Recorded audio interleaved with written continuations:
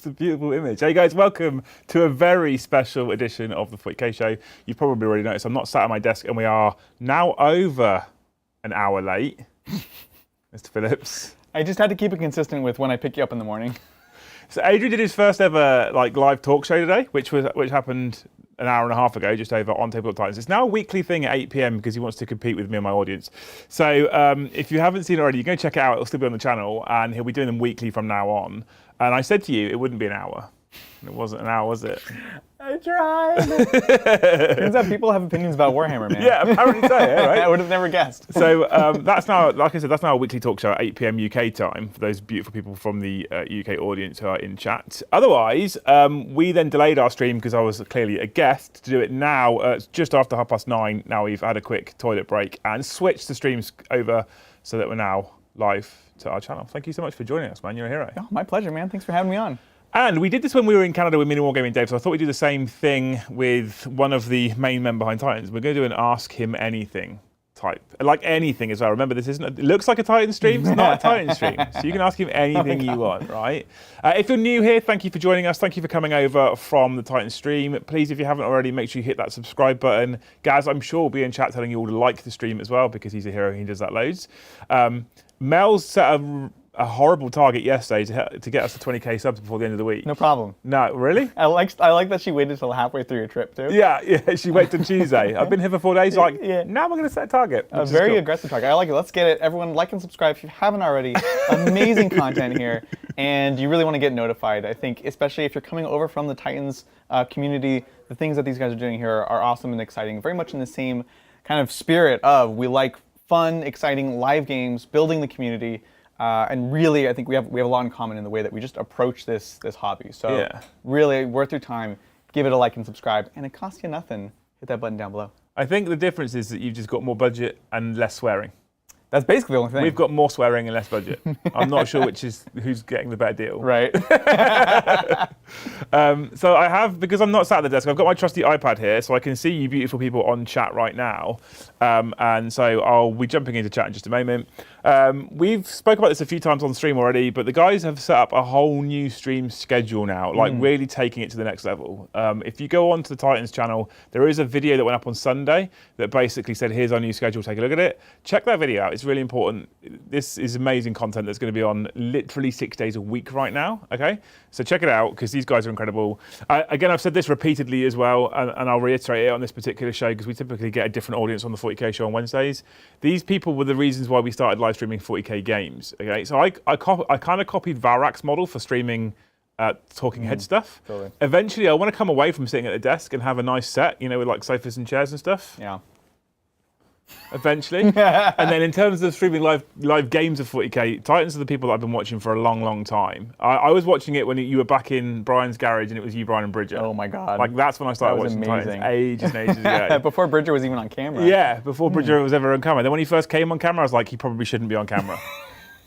Like he doesn't have a face My for favorite camera. was the super chat. Someone said, Bridger has a face for radio. We're like, savage. But he's grown now, and now he's one of the most beautiful people on YouTube. He's spread his wings. We love him and dearly. his hair. It's great. Yeah. So obviously make sure you check out Titans. They are linked in the video description below as well, just in case you don't know who they are, which I think would be probably random at this point, because if you like streaming content, you've probably seen what the guys at Titans do. They have the best. I'm so jealous of their production quality. It makes me fucking sick, actually. You get there, man. It's so good. You've taught us so much since you came here. You're like, I've taught you stuff today. You can do this. I'm like, what? What? That's amazing. I actually saw some of the stuff that I taught you on your stream. Yeah, that's right. Yeah. Brand new. Never before. Brand new technique. Yeah. Right, so I'm going to jump into, so we've got some super chats already. You guys are heroes. Thank you so much for super chatting. It's an incredible way for supporting the channel, super chatting. Also, becoming a member is the best way to support the channel. We've got multiple tiers. If you look at the tiers, they give you loads of different benefits on YouTube. Our most common tier is Skull. That gets you access to all the members-only content as well. And we're planning more of that in the future, so you can jump in as members. Of course, you can still gift memberships as well. A load of you do that a lot, and we're very, very grateful for you beautiful people that give memberships. So thank you so much, you heroes. Welcome, everybody. We're going to start off. There's a question straight away for the first super chat, right? Okay. Which is instantly, I opened that iPad up before we went live and went, oh, this is interesting. Because it's for you, right? Yeah. Has An on-stream game with any of the other Titans guys gone from friendly fun to this is now switched to a serious game and I don't like you. Oh man. Oh man. This is important. Yeah, I can think of one specific moment. Oh. I don't often lose my cool on stream. Very, very rarely. But there was one moment that I was like borderline tantrum. And it was one of our very first streams in the new studio with Drakari versus Salamanders. I'm like outing myself, so if you want to go dig and find the moment of like near tantrum of Adrian, where Brian was playing Salamanders. Okay. Of course, this goes without saying, it's a Brian Adrian game, obviously. Of course, yeah, the absolutely. most tilted I can possibly get is against Brian and my brother. Those are the two people. Okay. And I had like my witches, they're all behind, and I'm playing like the big powerful codex. Everyone's like, oh, it's so good. And he's playing Salamanders with like vets, regular vets with flamethrowers. And like I had done partially a dumb move of like leaving my guys a little stuck out. And then in my opinion, he made a particularly egregious get out, pile in, C somehow with his flamers into my witches. Okay. And just like torched them all. And I was just like partially embarrassed, partially like, you totally overmoved and all this stuff. And like normally if someone overmoves, whatever, it's not a big deal. That's not what this is about, right? But just something about it, I just was like so furious. And I like picked up the models. And this is when he had a metal tray on the middle, and I like basically threw the models, and I was just like, this guy, like, I'm very not proud of it. Was it a legal moment though? Like what he did was fine, or? Well, so here's the thing. Or are we saying When live on stream that Brian cheated? I think live on stream, he's a cheater. It was kind of like, you kind of have to trust your opponent, right? Yeah. And I don't argue with anything. If you think it's good, then it's good.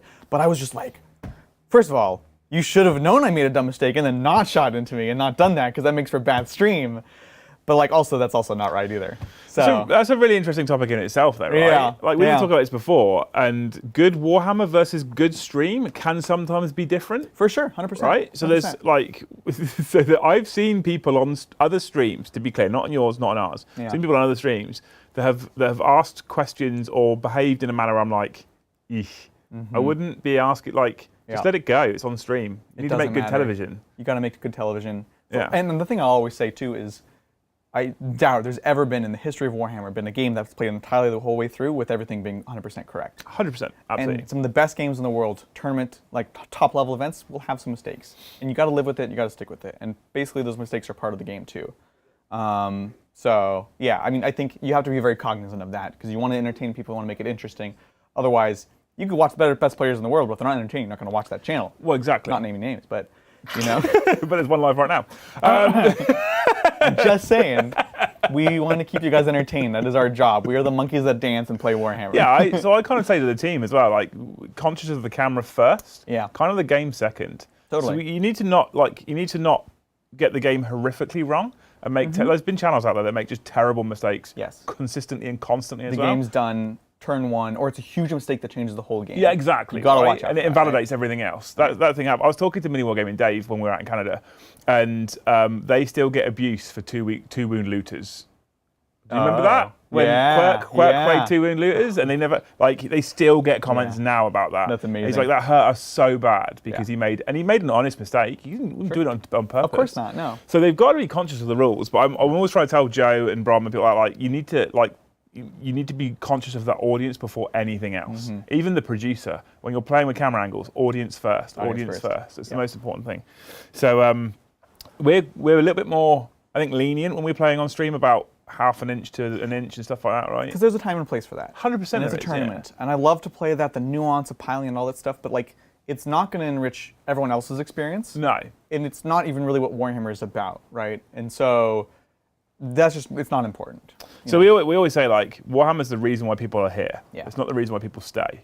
Yeah. People stay for the personalities. They stay for the Joes, for the Bridges, for the Johns, etc. Right? That's why people hang out with us constantly. So those characters, they're the things we need to get across the most. 100%. And then we just showcase Warhammer at the same time. Yeah. So the Claven, thank you for the super chat. You're a hero. You'll need to get Liam some Tex-Mex B-fast. I guess he means breakfast. Gorge that man on eggs, black beans, and hash. That makes sense to you? Yeah, it Is that does. in your language? I considered it. We have him for a limited number of days. Tomorrow I'm going to treat him to breakfast burritos, which is not quite Tex-Mex. Well, it depends what you get. Okay.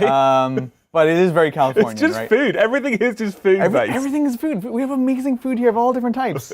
And so you plan your day around your food, and then you just like figure out how you're going to get from one food to the next. What are we eating tonight? Tonight, Do you know? So, it's controversial. Oh. Because Mel and I were like, we have these amazing, like literally 3 Michelin star soup dumpling restaurant. You said, I don't like soup dumpling. That sounds like a terrible idea. I didn't say that. You said, nobody should put soup in dumplings. That's a monstrosity. Oh, that sounds bad, yeah. Yeah. I'll go wherever you take me. So I think we might take you there regardless. Like, I don't really have a choice because protest. you have the car. you're not wrong. Thanks, Chris. You're a hero. You need to start your show later. Yeah, now I need to. Like, normally when people launch shows the same time as mine, I'm like, cool, go for it. You want to compete? We'll compete. And then you were like, yeah, I'm going to launch at 8 p.m. UK time. I'm like, you bastard. I know. I feel really bad about it, actually. I even have Pardo messaging me going, when do you stream so I can deconflict? Not Titans. Nope, that's not what they do. Adrian's like, I'm doing it now, and this is when it's happening. I'll tell you what. We'll come harass you and raid you. Yeah, so I might put a poll in the chat in a minute, right? But I might actually move my show to 9 p.m. Mm-hmm. Then you really have to stick to your hour. I would like to. I really would. Captain Mannering's Ben, thanks for the super chat. You're a hero. He says, what's your thoughts on roundabouts in the UK versus the US? Well, the US don't have roundabouts. Really. We do. What, really? I've not seen one. They're so on the West Coast especially, they're so rare that nobody knows how to use them. So in my old apartment, we had one actually like pretty much right outside. And it was, for anyone who actually knows how a roundabout works and actually tries to use that, it was incredibly dangerous. Because nobody uses them like that. It's like if you're on the main road, they just go straight through. Doesn't matter if you're like waiting or in priority or whatever, it's just straight on through, and they have to wait for their chances. If someone like tried to like actually use it, you're gonna get T-boned for sure. I don't think that's actually that much different to the UK, to be fair. We've got it everywhere. You know what, that's fair. I don't think anyone then has had to use them either, to be honest with you. 100%. Do you know what? You've got so much space that you're like, their normal roads are 5 times, like, residential roads. Yeah. You were at the UK earlier this year, right? Your roads are non-functional. Residential roads, if you've got a car parked on either side of the road, you can just get a normal-sized car, not an American-sized car, a normal-sized car down the middle. One. Yeah. Yeah. So like, we're like, why are we stopping in the middle of the road? Like, I have to wait for the car to come through. Or like... And on your residential roads, if you've got a car parked on the side of the road, you can fucking land a 747. Oh, for sure. 100%. It's just so much space. So luxurious. That's the benefit of living not on an island. Yeah, absolutely. Tiny island with bunch of oppressed people. Repressed people, I should say. That's both true. Accurate. It's both true. No. Thanks, ads. You're a hero. Would Adrian rather fight one horse-sized duck or 100 duck-sized horses? Also, while we have less budget, more swearing, we also have Ginger Steve in his trees. It's a whole different in-joke. He made the worst tree I've ever seen in my life. What do you mean tree? He was hobbying, trying to make trees for scenery. And it was just a depressed twig that he came out with. That's amazing. It was like Charlie Brown's... He was proud of it because it was rubberized, so it bounced back. Didn't have any leaves, though. Yeah. It was just brown. That's function over form, right? Yeah, that's our version of Hobby Titans. So I've just made some brown. That's what he did. Right. So one horse-sized duck or 100 duck-sized horses, and why? So, dude, horses terrify me. I spend a lot of time with horses. You ride? That's why they terrify me. Guys, have you ever seen a horse in person? They're huge. So a horse-sized duck is terrifying. Like, if they're duck-sized horses, I feel like I could, like, punt them out of the way fast enough. Hey, wait, is it 100, are they, like, in a circle and attack me at once? Or is it, like, one at a time, or, like, 2 at a time? I feel like they'd be marching forward like Roman legions. So, like this? Yeah.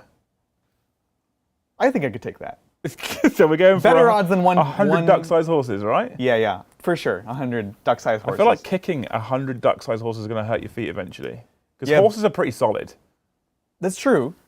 Well, you got to watch out for the hoofs too, because that'll be hard. But I'll tell you, one horse-sized duck, you are dead. But ducks don't seem that aggressive.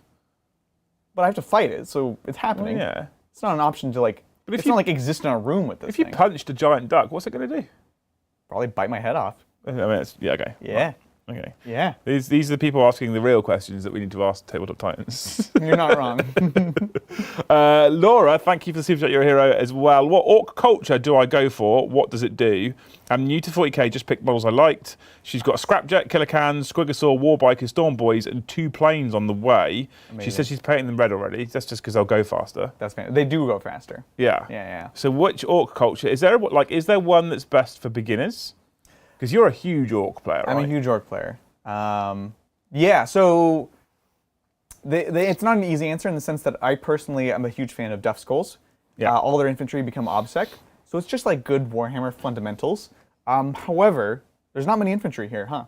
It's mostly like big things. Yeah, well, so she's fast just bought what things. she likes. So we've got Yeah, exactly. Scrapjet, Killer Cans, Squigosaur, Warbikers, Storm Boys, 2 planes. She's going to have to get some troops, I guess. to fill something. I feel like I would. I'm of two minds about it. No, I would say Goths, frankly. Yeah? Goths, very classic. They're quite strong right now, so if that's something you are concerned about, that's not an issue. And they just kind of play into the melee of orcs, and these are some amazing melee units. Scrapjets with Goths is fantastic. So they're exploding 6s, Goths, Exploding right? 6s, and +1 strength on the charge. Yeah. Which is cool the way it stacks with the wall, which also gives you a +1 strength, so you're +2 strength. So like your regular boys are going up to strength 6. You snag is strength 7.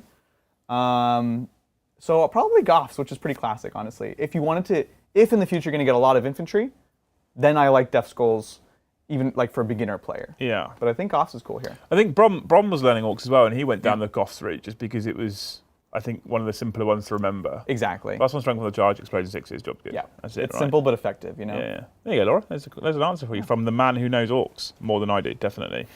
So some big shout outs to Vindicatus, who was just on your last stream. What's up, Vindicatus? And Tony Winnick, who I feel like I've seen on your stream as well, who've just they both became Scolds earlier. Amazing. You heroes, thank you. You get members only content. You get to watch all of our old members only content as well. Ginger Steve says, can Adrian point to my sticker on the Emperor tier wall? It's just above his head. Why isn't my name on a wall in your house, Liam? It should be. I mean, you've stayed in my house. Ginger Steve, is he? He's actually here. You're not. Oh my fucking God. Ginger Steve. What the? That's because, so full disclosure, we are kind of behind on the stickers. But I remember we did Ginger Steve's after we visited you. So it meant you weren't a member at the time. No, I was. It's I not was on a the wall. member. I wasn't an Emperor member at that point. Right. No, you weren't an emperor. I was an Emperor. Yeah. 3 months You ago. were a member. 2-3 months ago. Unlike Ginger Steve, who is an absolute legend, he got in on the ground floor of the Titans, Liam. You could take a tip from this man. Yeah. Okay. Yeah. I'm so sad my sticker's still And on if you guys become an emperor of Titans while Liam's here, he will put up your sticker for you. That's a promise. Oh, right, okay. Is it now? Is it? We'll see. Big thanks, Tim. Tim's a legend. Tim gifted 5 memberships on your stream. Yeah, that's He right. then came here and gifted 5 memberships on this stream. Tim, thank And you they so got much. hoovered straight up. Dude, people So- can't underestimate the memberships. It's All so of, big. all of you heroes that get gifted memberships, or all of you people that have become members, !Discord in chat. If you hit !Discord in chat, it'll give you a link. If you hit that link, you'll get thrown into Discord, at which point you need to make sure your YouTube account is linked to your Discord account. There is tutorials in Discord on how to do that. Once you've done that, it unlocks all the threads to your membership tier. If you are a Hasir or Skull tier, it unlocks almost the whole Discord. If you are a Jarl or above, it unlocks a couple of extra threads for you as well. But thank you so much for gifting memberships, Tim. It's the greatest. It's quite literally the best way to support us right now, as well as it's not. That's a lie, actually. No. Everyone says gifting memberships is the best way to support us. The best way to support us is just by people becoming members themselves. That is true, actually. Because then they're choosing to spend their own reoccurring money, rather than people like Tim, who's then carrying us out by sniping grey names. And they normally try and snipe all the grey names, but there's lots of grey names tonight, so that's all I'm going to do. I that. see Siege Roots. We got to get this guy. Let's get some memberships in here. Yeah. Get this guy. So then Ginger Steve super chat again says people stay for the massive amount of inner thigh. Right now, it's kind of outer thigh. Right? Outer thigh? It's powerful, Steve. Good luck. It's powerful. Yeah, I'm into it. Yeah. Now get your dick out your hand. Yeah. Colonel says you need to try it, be bold and brave. We're talking about soup dumplings again. Okay. What is soup dumplings? It's pretty self-explanatory, Liam. I don't know what more to say. So you know what a dumpling is? I know what I think a dumpling is, yeah. Yeah, that's fair. So it's It's a little doughy thing. It's a doughy thing with like meat inside, generally speaking, right? No, It could be veggie. nothing. Nothing? Just dough. You just want dough? That's what we normally have, yeah. But it's inside a stew. That's Nice. like You're going to call it something different now and make me sad. yeah, I don't know what it is, but it's not that. So a soup dumpling literally inside of it has soup.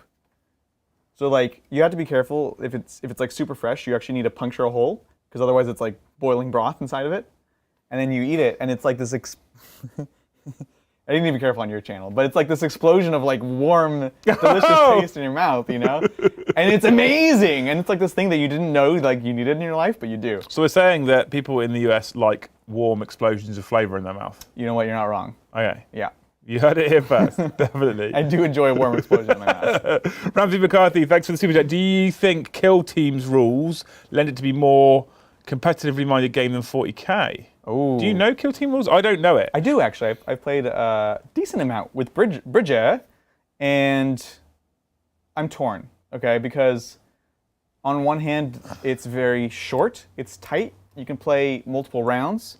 One of the biggest problems with 40k as a competitive game is it's 3 hours for a game. And if you watch like esports or in some instance even like physical sports, you need to be able to go through like multiple rounds or instances or whatever to kind of average through, have interesting plays, but not just like have randomness affect the game too much. And Warhammer just doesn't have that. You know, we're rolling d6. It's only 6 turns, and you're playing over 3 hours. So you can only play one game.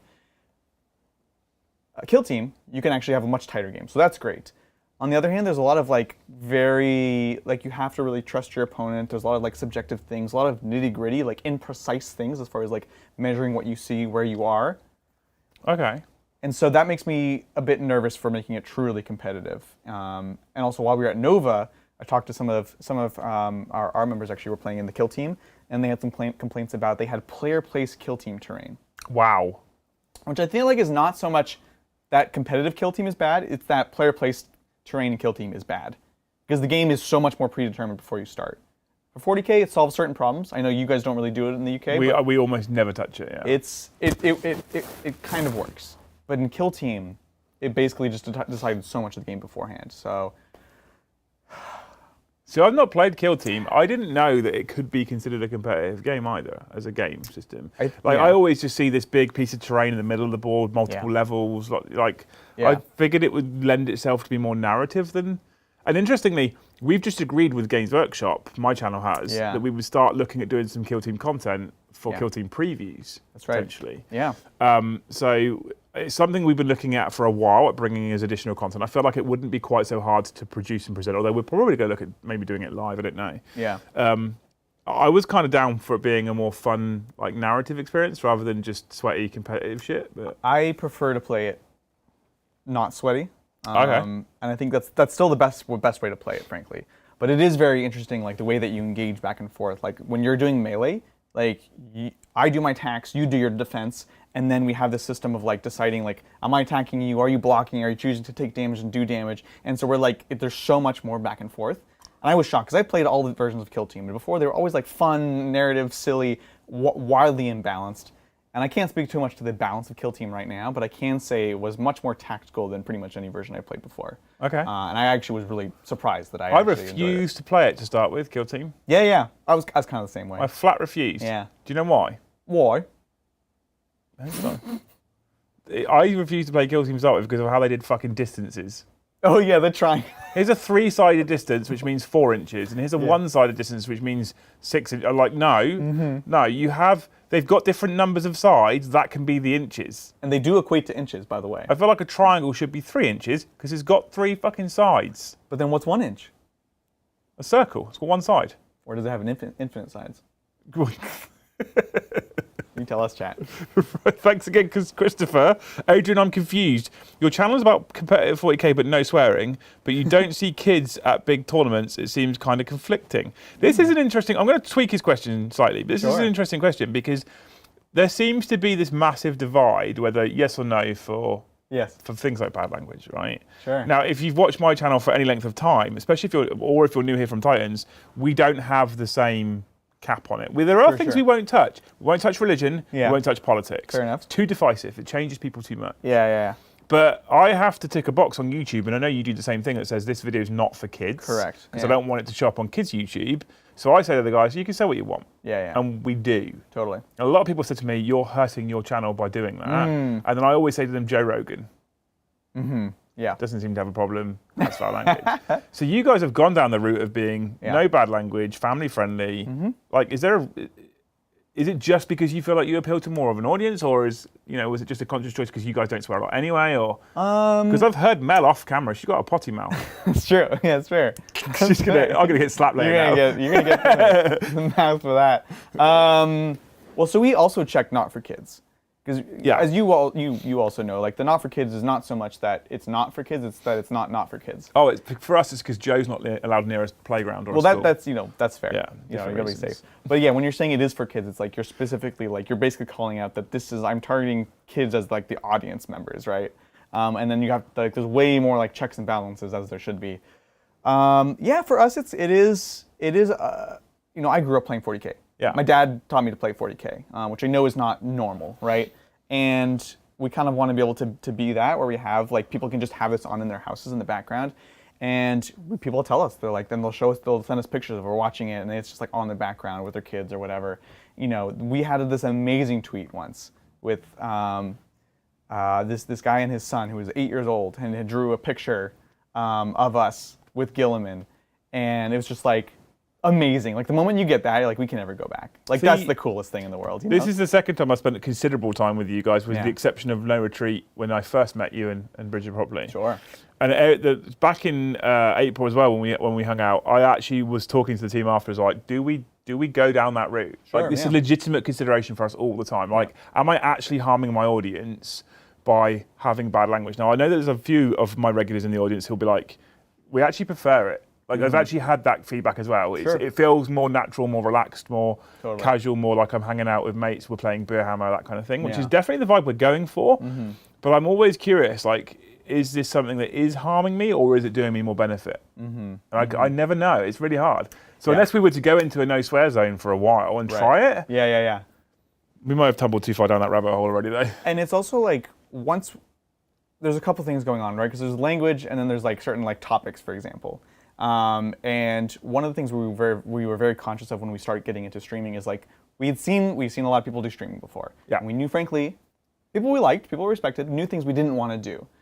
A lot of things could be super bro-y, like not welcoming to, women and other people and things like that. And so we were very cognitive of like wanting to make sure that this is like the community we created. Yep. And I don't think that is necessarily the same as language, but when you start doing one, you start kind of doing the other. And I have done a lot of teaching, and I was like a teacher beforehand. So for me, it's like not unnatural to like be in a mode where like I'm not swearing. Like I'm still myself, but I'm just like not swearing. Yeah. I can turn it off. You've seen now, I hope. I can turn it off. I can not swear. To be clear, I have no problem with it. It's just the decision that we've made for our channel. Yeah, of course. As far as the swearing goes, In terms of turning it off, it's definitely something I can do. We were going for advice. So in terms of what you were just, this is really interesting actually. In terms of what you were just saying, we're going for a similar vibe. We're going for an inclusive vibe. Okay, we want everybody to feel welcome. 100%. Anybody, no matter what your background is. I don't care about. I've said this so many times on stream. I don't care about race, creed, religion. Sexuality, gender, I don't care about any of that stuff. Yeah. Do you like 40K? All I care about. Exactly. And people conflate that a lot of the time, right? They're like, oh, like the kind of like language issues or like being inclusive and things like that. So it's interesting, like looking at like perception, especially of like older streams, Yeah. Perception's really interesting. Yeah. So we are. So one of the reasons why we went down the route of being super chill. We don't care about language. We don't you just say what you think. You tell terrible jokes, etc. Yeah. And there is obviously a line, even with terrible jokes, about what can become offensive. Offence is often taken, not given, don't get me wrong, but still, there is that. Sometimes for me, there is a clear line, things I won't cross. Sure, totally. And the hope being that people just felt like they were hanging out with mates. Yeah. Because it didn't feel like we were a super polished TV show. The problem I have is I come here and now all I want to do is super polished TV shows. Yeah, totally. It's like, I mean, how many times did we take? How much time did we take to change a thing today on your show that no one else would have noticed? Because I love that kind of polished look. Exactly. It's just interesting. I just find it really interesting. Yeah. And it's always the kid argument as well. So Winters had the same feedback. I watch you with the kids. Yep. Like, so it makes me think maybe we need to change what we're doing. I don't know. It'd be interesting to know what chat thinks. I'll get to the bottom of my chat at some point. You guys keep super chatting, which I'm not complaining about. I'll get there, and then when I get there, I'll tell you again, and you can tell me what you think. Thank you, Eston Jones, your hero. Adrian, Mini Wargaming gifted Liam a brass scorpion when he visited. Oh. What are you planning to gift him before he goes home? You guys saw all the sweeties we gave him on Saturday. Yeah. You still have those flaming hot Cheetos. Oh, at this point, I'll just take an Emperor sticker. That's fair. Don't you want it on the wall? You can take it with you if you want. Dave gave me a brass scorpion listen because he had two. That's amazing. That's first world problems, right? Oh, that's so good. We have someone on our stream that is he's super chatting like $5 at a time for a brass scorpion fund, and every time he's like, here's another $5, $20 out of $400 for the brass scorpion. I'm like, let's do this. We took it home and we called it Dave. Dave. So Dave brass scorpion is now called Dave because he amazing. gave me a brass scorpion. Actually, it's a lie as well. I refused to take it, so I left it there on purpose. Oh. And then he realised and posted it to me. That's crazy. I know. And then Joe had to fix it. Thank you, Max. He says, have any Titans tried mead? Tried gummy bear mead. It's incredibly good. Titans and Overwatch 2, my life right now. Just picked up Amazon BB Team. Whoa. Amazon BB Team? Amazon BB Team.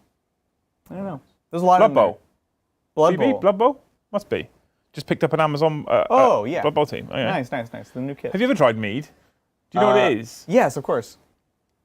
Sorry, that's not really an of course thing. Of course I know what it is. Yes, I have tried it.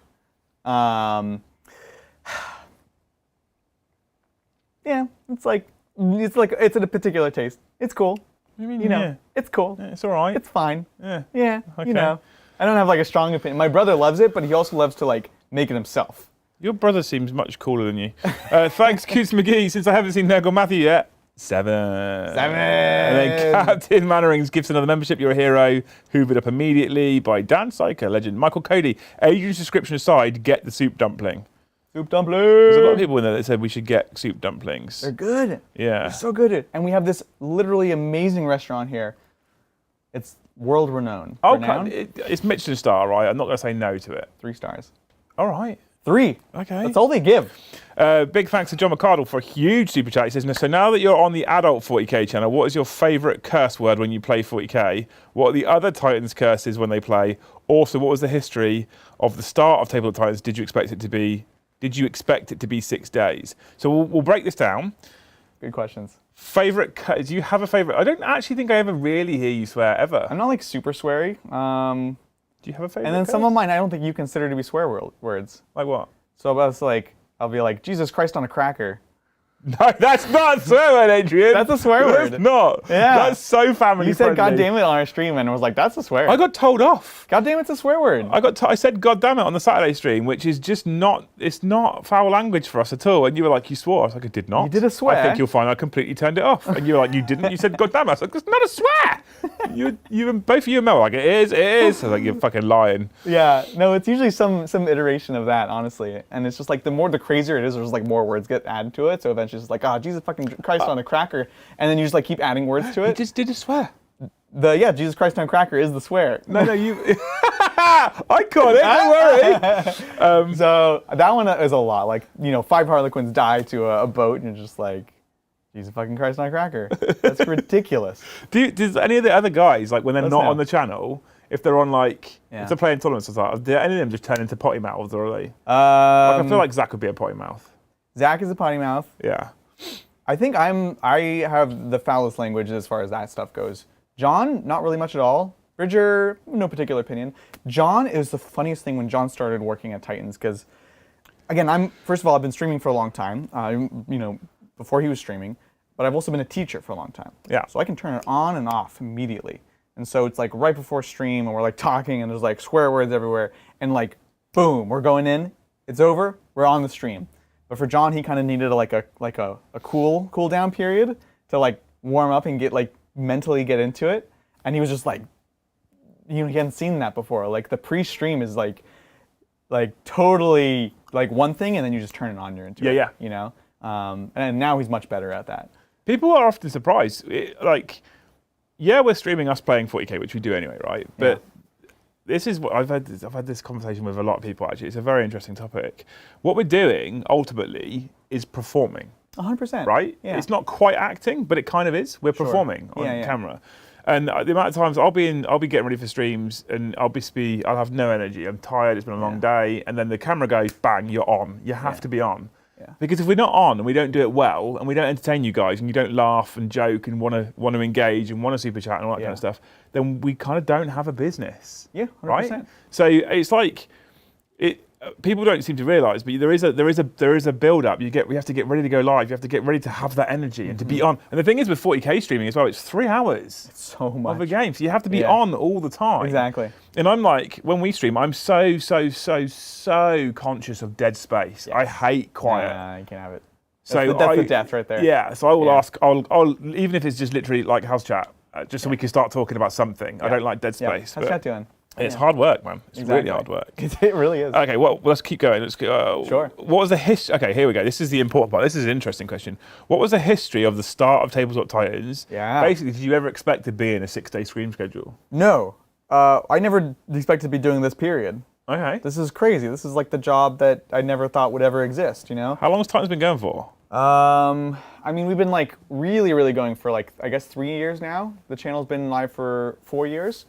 There was some pre kind of stuff, right? So Brian started the channel by himself, and he's a designer kind of by training, and was interested in sort of like the problem of battle reports and how do you do that. And frankly, they're especially at the time, remember this before Play On, like basically the only like really high quality battle reports were the tactics guys. That was it. Yeah. Yeah. And so he was interested in that. And at the time he worked at Google, and so he had access to the YouTube studio. Okay. And so he got, you know, a good amount of like equipment just for his own project, and he kind of like justified it to himself that he was gonna like, you know, make use of this. And so he would trek out to the YouTube studio, because you can like book that as an employee, and like do the setup, do the teardown, film the thing, and it was like hours and hours of basically by himself, you know, doing this stuff. And of course, it's many hours of editing. And so he did like a couple, you know, videos, and actually, you know, people were starting noticing, like he was doing Custodes tactics and Tower tactics, and he's like, this is miserable. I don't want to do this. And so it kind of just sat on the back burner for a long time, or some time. And then I met Brian through tournaments. Very first tournament I played him, I was playing Death Guard. He played his Tau, of course. This is obviously several editions ago. So you met through 40K? Through 40K. Okay. He had a 45-minute turn 1, or turn 2, I think, deploying perfectly all his commanders to drop down, kill Morty, basically instantly win the game. And I was like, cool. And I also heard legends of this guy that had brought like 200 Poxwalkers and like done this, you know, crazy stuff. They're like, oh, it's Brian. And like met him, we played, you know, we got along well. And then I met Bridger a bit later on because he was actually running tournaments. Didn't really know how to play the game, mind you, but he was just running tournaments. He was making rulings like, you know, I have my knight. Can I turn my base sideways to fight someone that's up here? And he's like, oh, it doesn't say you can't in the rules. Technically, that's not against the rules. Guy didn't know how to play 40K. Great Bridger impression, by the way. That was literally him. So we met through that, and basically, Brian had started by himself. Then he invites me and some of my friends, in fact, Shane was part of that group, to come in, let's do the Assassins. The new Assassins are coming out with White Dwarf. And we made a whole day of it, basically. And we set up in his living room, hours of setup, hours of all this stuff, blah, blah, blah, tons of editing. We did it was great, and it was kind of quiet for a while, not much. And I get a call from Brian, I'm like, he's like, hey, you want to come over and like maybe do this 40K thing for real? And I was like, let's do this. And I show up, and he and Bridger have built the studio in the garage, developed all this tech. It's like set up, and he's like, you want to do this thing and make it a thing? I'm like, I'm in, let's do this.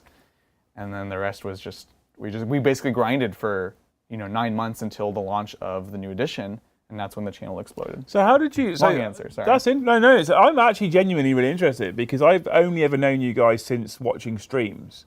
Yeah. So there would have been a point where you went from we're doing all this pre-recorded content to we're doing streams. Yeah. So what made you? Because I adore. I've said this to you already, right?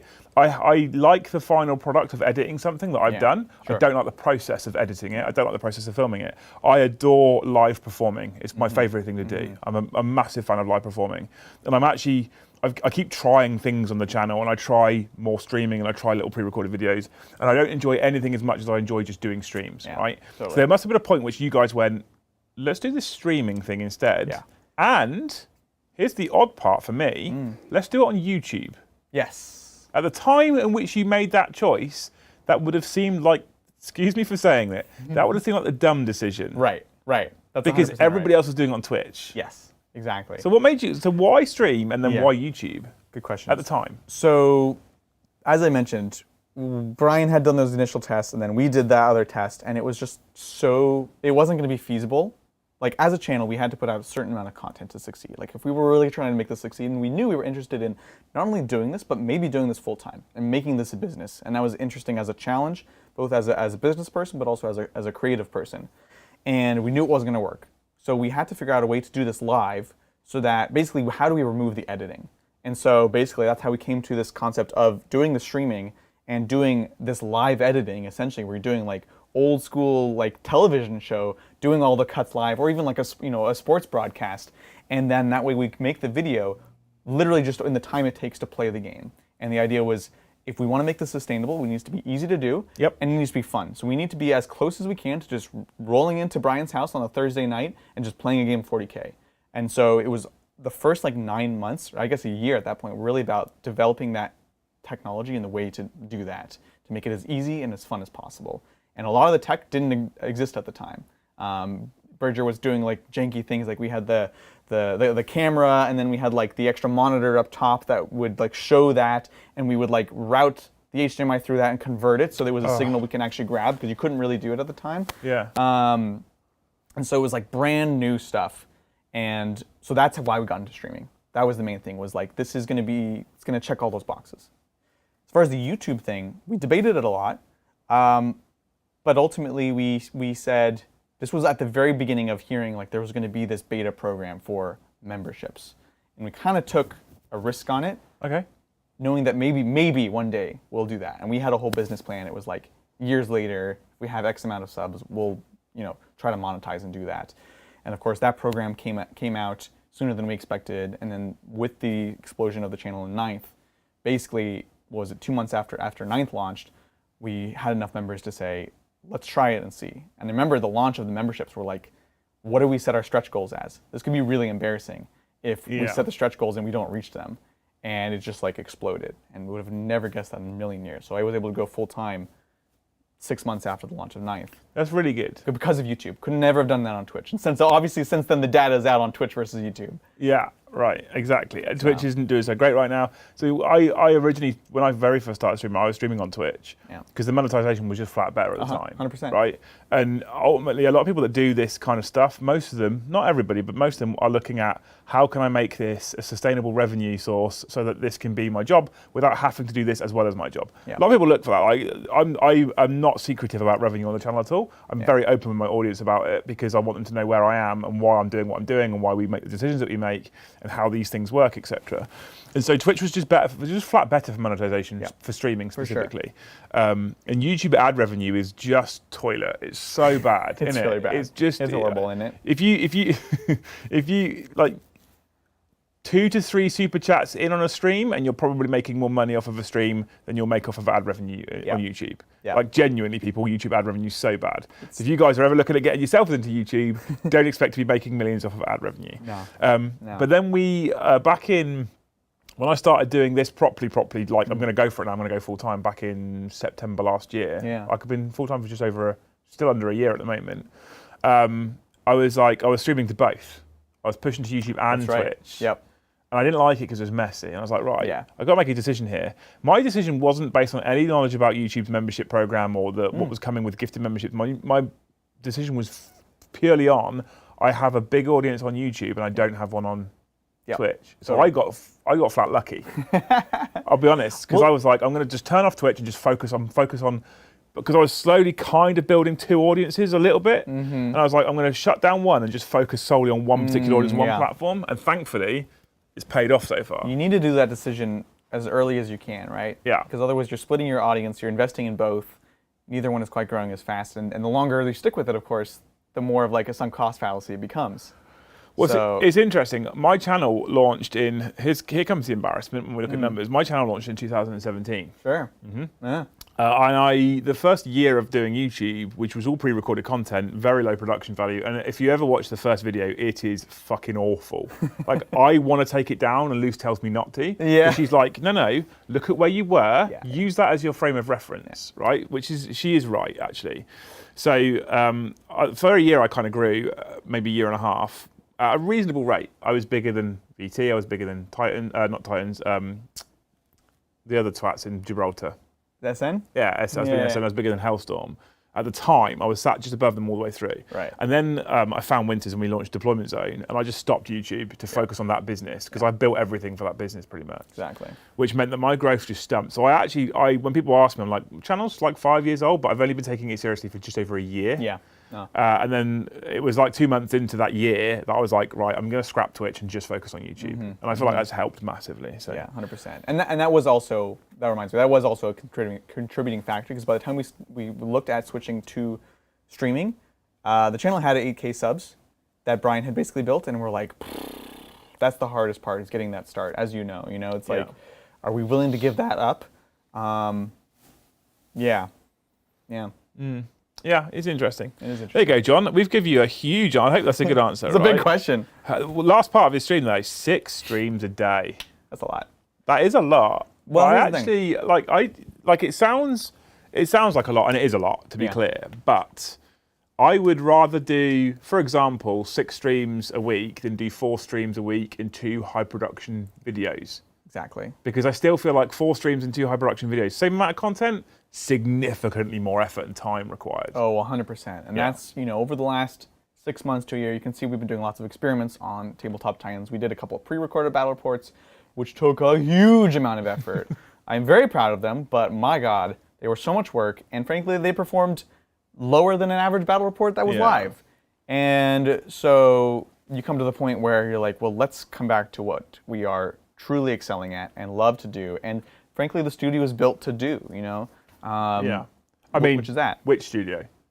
Yeah, we have 3 sets here. Exactly. Flex. And Serious H22, don't go back to that video. He said it looks like watching it on, like dating on VHS. Oh, no. It's bad. Amazing. It's so bad. I love it. Thanks, Steady Breck. How do we get named characters into more competitive play? Ragnar and Arjak are amazing for me, but you never see them in competitive. Do we reduce their points? Hero Hammer is better, in my opinion. Hero Hammer is awesome. The problem that they keep making is I think the right thing to do is introduce mechanics that don't exist in the generic characters. That's good, because you give a reason to take them over that. And then part of it, I think, is just the complexity of like all the possible combinations in the custom characters becomes a little bit much for them to manage sometimes. If you look at when the Drakari book came out, look at the video that we did where it was like top 5 combos in the Drakari book. None of them are like good combos. Like the day one I released it, and people were like, "Oh, what about triptych, flails and all this stuff?" And I was like, yeah, you know what? You're right. So it's hard. Like the moment you release it, people are gonna find better combos. So my review videos are like my top 5 units, my top 5, and I have to say to people like, this is what I've seen so far. Yeah. And I always say like people like Art of War are gonna find better combinations than me. Exactly. And that's one of the reasons we stopped doing that. It's like you have to lean into like the hot take and be like, this might not be the wrong answer, but we're just looking at the book. Because the moment you're like, this is the top 5 combos, odds are you're wrong, and you're gonna look like a fool.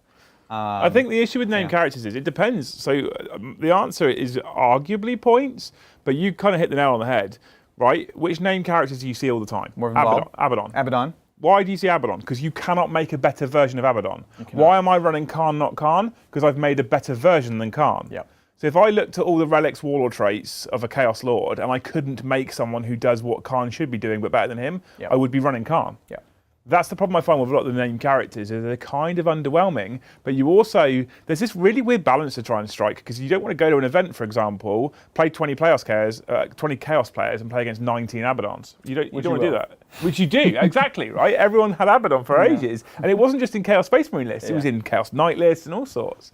So I think the way you see them is by making them do something that you just can't do with another character, or you can't do better with another character. They don't have to be terrifyingly powerful, just give you something that no one else gives you. Yeah. Ragnar got done super dirty, in particular. The Space Wolves Codex, I love the army, but it makes me so mad what they did to that book. There was a time when 9th came out, and it was the old rules before the new Codex. I think it was kind of better, to be honest. Like Ragnar was an absolute beast. Give him exploding 4s. With a strat, he would just come in, just like absolute blender anything. He was just so freaking good. It was amazing. And then they're like, "Here's Ragnar. He kind of sucks now. He's what, like a chapter master now? I think we don't even play him half the time because he just is not. He's not good, but more importantly, he's not interesting. He's a chapter master. He gives you reroll charges, I think, but you can get that somewhere else. Yeah. And he got a 2 damage chainsword, which is meh. I think he was 2 damage before. Yeah. He just was a butcher before. He gets 10 attacks on the charge, but not he exploding hits fours like anymore. He's like a bit of a wet fish, yeah. So I think the answer is kind of twofold. Current characters that are terrible, the way you bring them in is you drop their points. But otherwise, but then you're in this weird place where you end up having like Arjak as a cheaper cost than a normal Wolf Lord Terminator. Yeah. kind Ideally, of they strange need as well. just unique rules that are strong. Yeah, exactly. Thank you, Sugar Water Purple. Hero got me into 40k during the pandemic. Loved it so much I went a little overboard, feeling overwhelmed on how much I have to paint. Tips on impulse control and when to sell. I cannot give you tips on impulse control. And if I look around the studio, I'd suggest neither can Adrian. You haven't even seen You my got house. Any suggestions? You saw my storage shed. I didn't let you go in. That's true, yeah. Impulse control. There's different types of things, right? So for me, I have impulse control issues with focusing on a project. So it's not going to help you not buy more stuff, but it'll help you focus on what you have. I frankly have to put away the things that I really know I shouldn't be working on. Yeah. If I see something on a shelf, built or unbuilt, I'm going to be like, oh, I want to work on this. I want to work on this. So I literally started putting things out of line of sight when I needed to focus on something else. So that's one way to do it. That's all I got. I'm kind of similar, but line of sight's not a problem for me. Mine's my desk.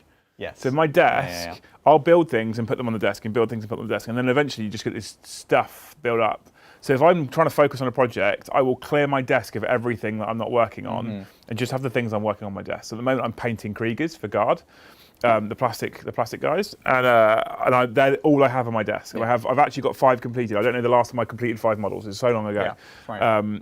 In terms of impulse controlling and buying, I don't know. So we're in a weird place to try and advise on this one, simply because we have businesses that are around 40k, and we have people that paint for us. Yeah. So it's not a problem for me to buy loads of stuff and then just give it to Joe and go, turn that into an army for us. And you have the same. Zach does a lot of painting and stuff like that. So we've got Siege Studios who now sponsor me as well. Amazing people, check them out. Who did my Thousand Suns, which are incredible. So impulse control is not a great thing for me. However, I know other people that do certain things that might help. And this is normally quite polarizing, but you can do things like create spreadsheets or use a software like Trello, and then you can map out your army. That's cool. And then when you map it all out and you see how much you've got to do, that sometimes for some people will be like, I actually don't need any more stuff. Right. Because look at what I've got in front of me. Totally. But because you can't, if you were to try and get every kit out in front of you, you're just not going to have the space. If you can visualize it digitally on a spreadsheet, like I said, spreadsheet, Trello is really, really good for it. So Trello, you can have in progress project and then completed project and stuff like that. And then the other thing you can do with things like Trello is when you move it into the completed, you can be like, look at all this stuff I've done. Now I feel like I am justified in going and buying another kit. Yeah. And rather than it being impulse, you're going, well, I've done all this, I can pick up another kit now. I agree. That's one thing you can do. That's a big part of it, yeah. Cool. I think that getting that vertical slice is super important. I'm trying that with the project I'm working on right now, which is Maggotkin. I'm working on a Carnival of Chaos Maggotkin. Okay. And I've just got the 2, little dudes. Anyways, it's the Riders on the Flies. I'm totally spacing the Mortals version, Puskoils. And normally I would buy a chunk of the army, and I would kind of build and work on a chunk of it at a time. But I'm trying to just be like, just these guys. Build them, paint them, finish them, move to the next one. I'll let you know how it goes.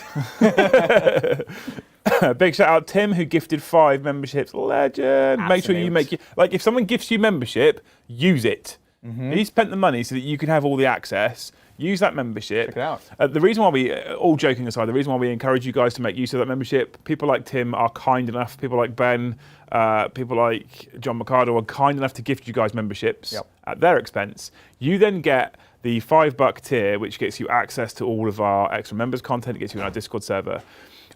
There's a lot of people who have used that since they've been gifted that membership and gone, actually, I'm going to keep hold of this now. Yeah. Like, I really want to keep these benefits. And that's why it's super important. They've done something lovely by gifting it to you. They've supported us, which is amazing, but they've also helped you out. If you make use of it, you might find you love it. I think you'll love it. Same for these guys as well. If you get gifted a Titans membership, because they get loads of gifted memberships as well, use it. Check out their members-only content. There's more members-only content as of this week. Check that stuff out because you'll probably love it. And then a lot of people then choose to renew that subscription themselves rather than waiting for another gift. So, Barry with the best super chat of the night so far. I feel was that the next one after Tim? Yeah, Barry with the best super chat of the night so far. Have any Titans audibly farted on stream or worse? Or worse. Or worse. You're looking for like a shark or something? Yeah. Funny enough, actually, not that I know of. I would 100% tell you if I did, if I knew. If I did. Have you ever been stood there and like, that's not Taco Bell? No, it's just the Taco Bell smell. Yeah, crazy enough, no, I don't think so. That's amazing. I mean, although, no. Joe, Yeah. this is where I sometimes think, we might as well swear because we're going to hit a ceiling anyway because we've got people like Joe. So Yeah, it won't even be animals. audible for Joe, but he will announce that he's done it. I'm like, Joe, we don't. He's an animal. And then you'll see Paddy or Brom who's about to vomit because Yeah. of what's come up next to him. Bad, isn't it? That's amazing. Bad. Thank you, Ben, Captain Mannerings. Why haven't you made a merch book of grudges, Why haven't you made a merch book of hang on. Why haven't you made a merch book of grudges? Yeah. Is that a thing you know? You got a book? We have a book of grudges. Okay, Yeah. or book of cunts yet, is what he says. That's what it says. Well, that's for your channel, I feel like. Yeah, well, Luce has that book. Oh, that's right. You told She me about has that. Yeah. I think she told you about it when you were there. Yeah. She has that book of cunts, and if you upset her or you wrong someone in our family or friend circle, you go in the book. That's a grudging. Yeah, and if she puts you in the book, you're not getting out the book. That's amazing. And she does write people's names in there as well. That's fantastic. Yeah, somewhere around here we have. Bridger made it's literally just a giant book of I grudges. saw that, yeah. Yeah. I thought it was just a prop. I didn't realize it was an actual book of grudges. Oh, for sure. Yeah. Yeah. But no, we should make some merch ones. That'd be dope. And then Ben goes on to gift another 5 memberships. Legend. Absolute legend. Absolute legend. We love you. Thank you. Adrian and Liam from Caldorf. Oh, what's up? What are your thoughts on alternating activations in 40k? Also, can you list top 3 favourite non-GW tabletop games that you want to play? Oh. Or you play or want to play? Okay, so That's cool. We'll start with alternating activations. Okay. I don't know. So I play bolt action, which is alternating activations, kind of, where you basically, if you don't know bolt action, it's very, very simple. You have a dice for every single unit that you have on the tabletop. You put all those dice in a bag. Your opponent does the same in the same bag, right? So say I've got blue dice, you've got red dice, or purple dice, clearly, all in the same bag. Shake them up. Someone pulls in, and whichever colour dice it is, that's the person that gets to activate. So let's say I pull a purple dice out. You activate. Oh, I don't like that. I give you the dice, you activate a unit, right? Next thing is we put in again, pull out a dice, and that person gets to activate. I might pull another purple one out. You could just play the whole game without. Yep. I don't like that.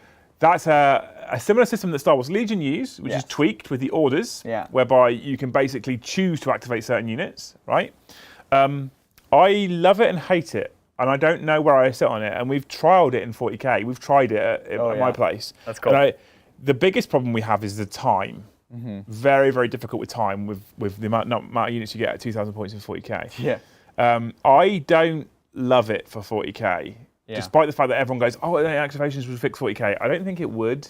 No. I really don't think it fixes it at all because it introduces a whole new set of problems that you then have to try and fix. Exactly. I would just like first turns to be less punishing. One way or the other. Yeah, We used to be going first, now it's going second, whatever it is. Yeah, I totally agree. And I think some aspects of alternating activations can be fine. Frankly, I know I'm going to get flack for this, but like Sigmar has alternating combat.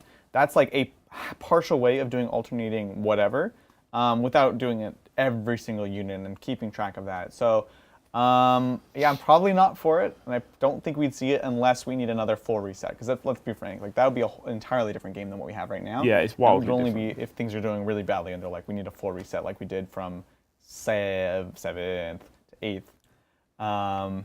I think it just fundamentally scale, like, too. GW have just never done it either in 40k. It fundamentally changes what 40k is when you go to Exactly, alternate it's a different activations. game at that point. So I mean, I'm not against it because I play bolt action in Star Wars Legion. So I'm definitely not against alternating activations.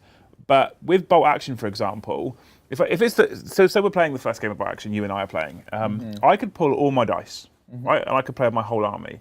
You're not getting tabled in turn 1. It's just not happening. Really? The way that shooting happens in bolt action, it's so inconsequential sometimes that you have to get super lucky to really destroy something. Yeah. So and I mean you have to get super lucky. Like if you're firing with infantrymen and you've moved them and you're shooting at something over a certain distance away, you can get to a point where the only way you hit with each gun is by rolling a 6 followed by a 6. Right? That's how hard it is to kill things in bolt actions because it's representative of troopers running down and human error and pulling snapshots. Exactly. During World War II. Yeah, exactly. So I think that's another reason that, yeah, like you said, they'd have to adjust it, right? So the power scale would have to shrink. Yep. And I think that's fundamentally at odds with what GW wants 40K to be. They want it to be a power fantasy, and they're all about like, we want the meltas to be amazing and like go straight through someone, and power fist like crushes someone.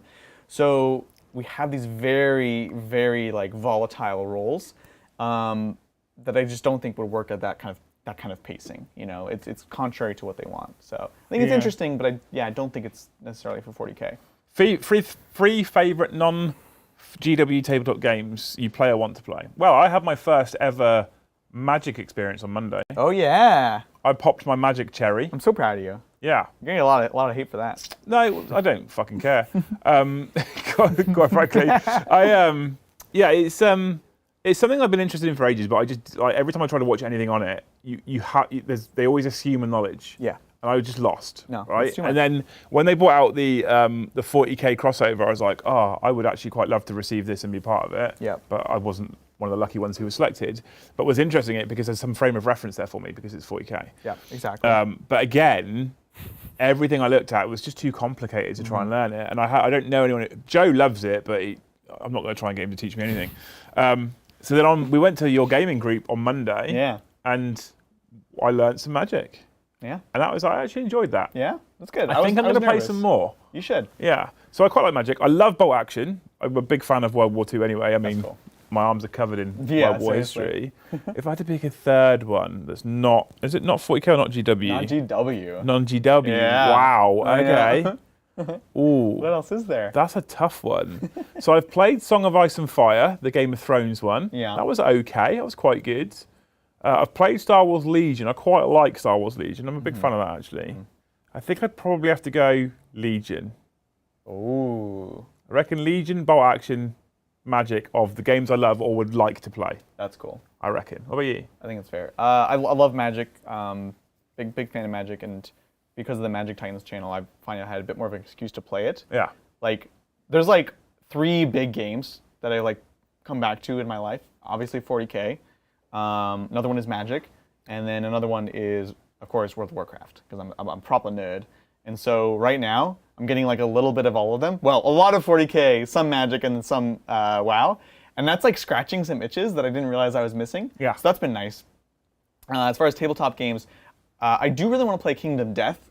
Okay. You've seen the like I've heard of that, yeah. boutique, which means expensive. It's like $400 for like the box set, but it's like way grimdark. Like you're playing these like lost souls, and it's like this long adventure. It's supposed to be super, super hard, kind of Dark Soulsian. So it's one I've wanted to play for a long time. So I want to try that. And then, I mean, yeah, sure. Like I'm interested in Legion. I'm interested in these other ones, but like, I keep seeing. Have you seen the? There's a new game that just came out. It looks quite stylized. Okay. And it's like Riven or something. It's got these very stylized, almost like some of the models are like dwarfs in these like kind of like steampunk looking kind of walker models. Maybe someone in chat knows it. But I keep seeing it and being like, I love the aesthetic. It looks interesting. Have you played recent BattleTech? No, I haven't. If you play Alpha, Yeah. I think it's called Alpha. One or the other. One of them's actually wildly complicated. Okay. And one of them's a little bit more 40K-ish. I think Yeah. Alpha's the more 40K-ish one. Right. That's actually quite enjoyable. Okay. Yeah. I'd be curious. My one problem with BattleTech is they brought back BattleTech, like new edition, all that cool stuff. But the models still look terrible. Oh, the models are dog shit. They're horrible. They're like the same. But my dad played the original, and he's like, yeah, the models are like the same. I'm There like, is yeah, a it's lot horrible. of Rivenstone. There's a lot of third-party support out there right now. Okay, I People can are see that. printing their own mechs that look just wildly better than what you can buy from. Like, how do you make mech boring? Like, come on, I guys, know. seriously? I know. Yeah. I mean, I've always said Rivenstone's it's one of the one. reasons why Alpha Strike. Thank you. I've always said it's one of the reasons why GW has a monopoly. It's just because their models are so nice. They're just compared to everybody else. There's older games that I would love to like come back to, but I don't think they exist anymore. So like Dark Age, for example. You ever see that one? I think Dark Ages Still around? I think. Doesn't feel still around. No, there's a couple of other interesting ones out there as Yeah. well. There's a World War II ship battle, which the name escapes me right that's now. cool. which looks amazing. It's amazing. And there's also a like an old pirate one as well. Again, I don't remember the names of these things. There's a place I play in locally where we run our DZ events called Factorum, and they've just got every game on the wall. Cool. So they've got some amazing stuff. Yeah, I love it. Really, really cool. Gazby says, in your opinion, what should EO focus on for events? EO. Do you mean TO? Is that a typo? Is that a typo? EO. EO. E isn't near T, so I don't know if that's a typo. Gaz, can you let me know what you mean, bud, in the comments? We'll keep an eye on the screen if you pop up, just because I don't know what EO means, and I want to answer your question. You're a hero. Thank you, Dakota. Said Dakota Templaris. How hard is it, or was it, to build armies for your channels? I feel like that would be hard to get everything painted to get new armies on your streams. Yeah. I think one of the hardest parts for me was accepting the fact that I'm not going to be able to paint everything for my channel because I just don't have the time or the motivation.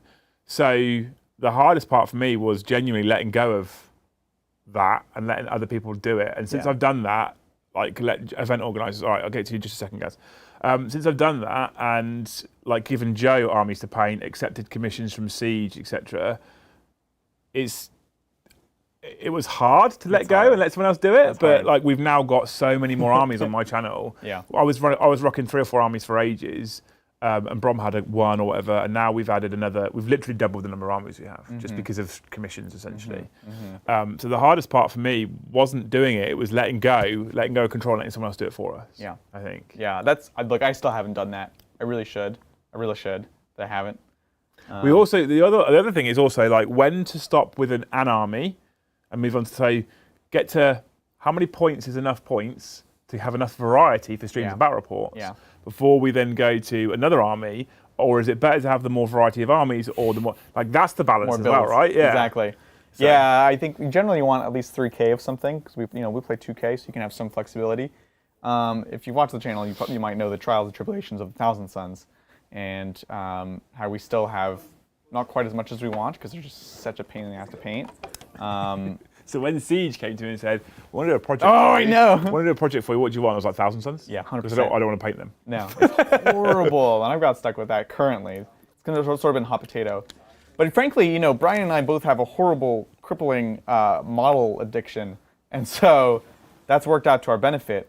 Brian, in particular, in the sense that like he actually only came back to, he was a fantasy player for a long time, most of his life, and only started playing 40K. Like he always kind of collected, but really started playing 40K, a few years ago, relatively speaking, and he just shot off, just collecting stuff. So I think part of the reason behind really trying to expand the channel was like then he could have an excuse. But we've also it's literally in our business, like we have the acknowledgement that there are certain assets for the company that, especially starting off, the company wasn't paying for. And frankly, this is the crazy amount of models, just raw models, the painting, the building, the kind of labor of that especially Brian and I were sort of bringing to the company. And that one day those might be bought out by the company and become company sort of, assets essentially. Because it's just like this huge investment that would we really get another Space Marine faction if we didn't have the channel? Probably not. We'll do it for now, if we can, and then one day sort of we'll be made whole basically. So we've had this kind of thing. We've done that as well. I've said to you recently, I've just bought a load of Black Templar stuff. Yeah. And Joe and I are like, do we need another power armored army for the channel? Do we need one? No. Right. But are there going to be people out there that appreciate the fact that we've got Black Templars? Yes. 100%. That's the weird part, right, about it as well. You could just play a generically colored Space Marine faction, but we feel pretty strongly about you want to see your Ultramarines in blue, your fists in yellow, whatever. We've got a whole Raven Guard army which is in black. Yeah. But they've all got Corvus helmets and they've all got Raven Guard symbols on the side, so I won't play them as Templars. Nah. Because they're Raven Guards. Nah. If you can't, I would avoid it if you can, right? The only exception is I play my Khorne in black, because I liked the narrative of the Hounds of Abaddon. Yeah, exactly. So that still fits narratively. Totally. So we're okay with it. So Gaz's question was, in your opinion, what should event organisers focus on for events? That's tough. You just need to make sure your customer base has the most fun. Yeah. They just need to have fun. And the way I think that event organizers ensure that your customers have fun is twofold. Sure. So firstly is the smooth running of the day timings wise, Yeah. right? So if you stick out a schedule that says this is registration, this is game 1, this is game 2, this is lunch, etc., make sure you stick to that schedule as close as you possibly can. Things happen. Issues happen. We deal with live content. Issues happen all the time. For sure. But you have to try and stick to that schedule, because if people know what's happening and when it's happening, they're going to be more comfortable with the day and how the day runs. The other thing for me that event organisers really need to focus on personally is good, strong, robust TO team, right? So you want a TO team that's all singing from the same song sheet. You want them to be comfortable and confident enough to tell people, no, you can't do that. Yes, you can do that, whatever it might be. And you also want to make sure your customers have the confidence to come to your TO team and go, we've got a rules query, or I don't think this guy's right. Yeah. Okay. That's for me the two most important things. You obviously want your terrain to be pretty and to be kind of immersive. It's going to have to be functional as well if you're organising an event, because it needs to do what you need it to do to be terrain, because you don't want like Warhammer World Planet Bowling Ball, where gun lines just beat melee no matter what. So you do want your tables to be functional, your layouts to be functional. You don't want any situations where people are just going to have a murder fest because the terrain's bad, which I guess is kind of solved by player place terrain. But also, I've seen events where the terrain is depressing. Yeah. It's just wood on the table. Totally. And I'm like, you couldn't have sprayed it and added some gravel and made it, but hey. But I still think that the most to events is making sure the day runs smooth and everything finishes on time, and making sure your TO team is robust enough that they can handle anything that comes up. And handle it well as well. Like if someone's acting like a dickhead, he should be called out for it, and he should get a card. Yeah. It's simple as that in my eyes. Yeah. But I roll with a bit of an iron fist, to be honest with you. Good. So You need to. Oh, Walking says, just allowed my gift. I'm on my way. Good man. All right, cool. Adrian, can we get you to do... What do we need to do to get you to play Infinity on stream? Maybe a Friday. Do we need to send an army like Legion? Right. Says Obiscus Hobby and Gaming? Obiscus? what's up? Obiscus? I don't think I know the name. Canadian. So what do I need to do to get you to play Infinity? Is Yeah. it on the spin the wheel list? I don't know if it's on the spin the wheel list. Hopefully not. No. No, Infinity is cool, and you're probably asking because I also have played it. I do have an army, like an army. It's like a small team. Yeah, look, having the fully painted army would be a huge bonus, and then we can start thinking about it. But yeah, I think Friday is perfect for that, right? Yeah. That's what it's for. Is like there's all these games that we would love to play, but we kind of just need the excuse to do. To be like, okay, this is going to happen, and we can kind of prep it. So I've heard good things about Infinity rules. Infinity is a lot of fun. It has a reputation of having very intense tournament play, and people are like, oh, it's like so sweaty and et cetera, et cetera, et cetera. But just like many of these games that have that kind of reputation, whether or not that reputation is true, I think it's a great game to play with a couple of friends. Yeah. And it's very technical, it's very complicated, very detailed, and I say all those things as actually good things, right? If that's not for you, that's totally cool. But if you're looking for that really like nitty-gritty stats, like old Inquisitor kind of rules, Infinity is awesome. So yeah, I'm definitely interested, for sure. Yeah. But you just want them to send you a free army. That's what you're saying. Yeah. It would help. Yeah, it would help. Right? It would help. It would help. Yeah, that's all I'm saying. Thanks, Hamsterdam, who asks, how hard is it to learn all the rules, especially with the number of armies? Are there any armies you hate playing? Oh my gosh, it's so difficult. And the worst, and we were complaining about this like on Monday or whatever, when you're like, we get the book to preview, and not very far in advance, and we're like desperately trying to learn all the rules and play it right on stream and like be entertaining, all this stuff, and someone in chat's like, that's not how it's played, blah, blah, blah. And you're like, you don't even have the book, dude. You're looking at some fuzzy leaked copy. Yeah. Like, give me a break. And half the time they're also wrong too. That's the one, right? They're wrong. So to be clear, there's two kinds of chatters in that regard. Rules correctors, there's two kinds of chatters. There's chatters that go, just so you know, this isn't like, just so you catch it, or just the casual, the people whose names you see all the time as well. Sure. You're like, okay, thanks, you're a hero. Appreciate it. Because we're learning so many armies and etc. Yeah. And then you get I think you'll find, fuck off. Yeah. At Tabletop Titans, all caps, and just like, Jesus Christ, are you kidding me right now?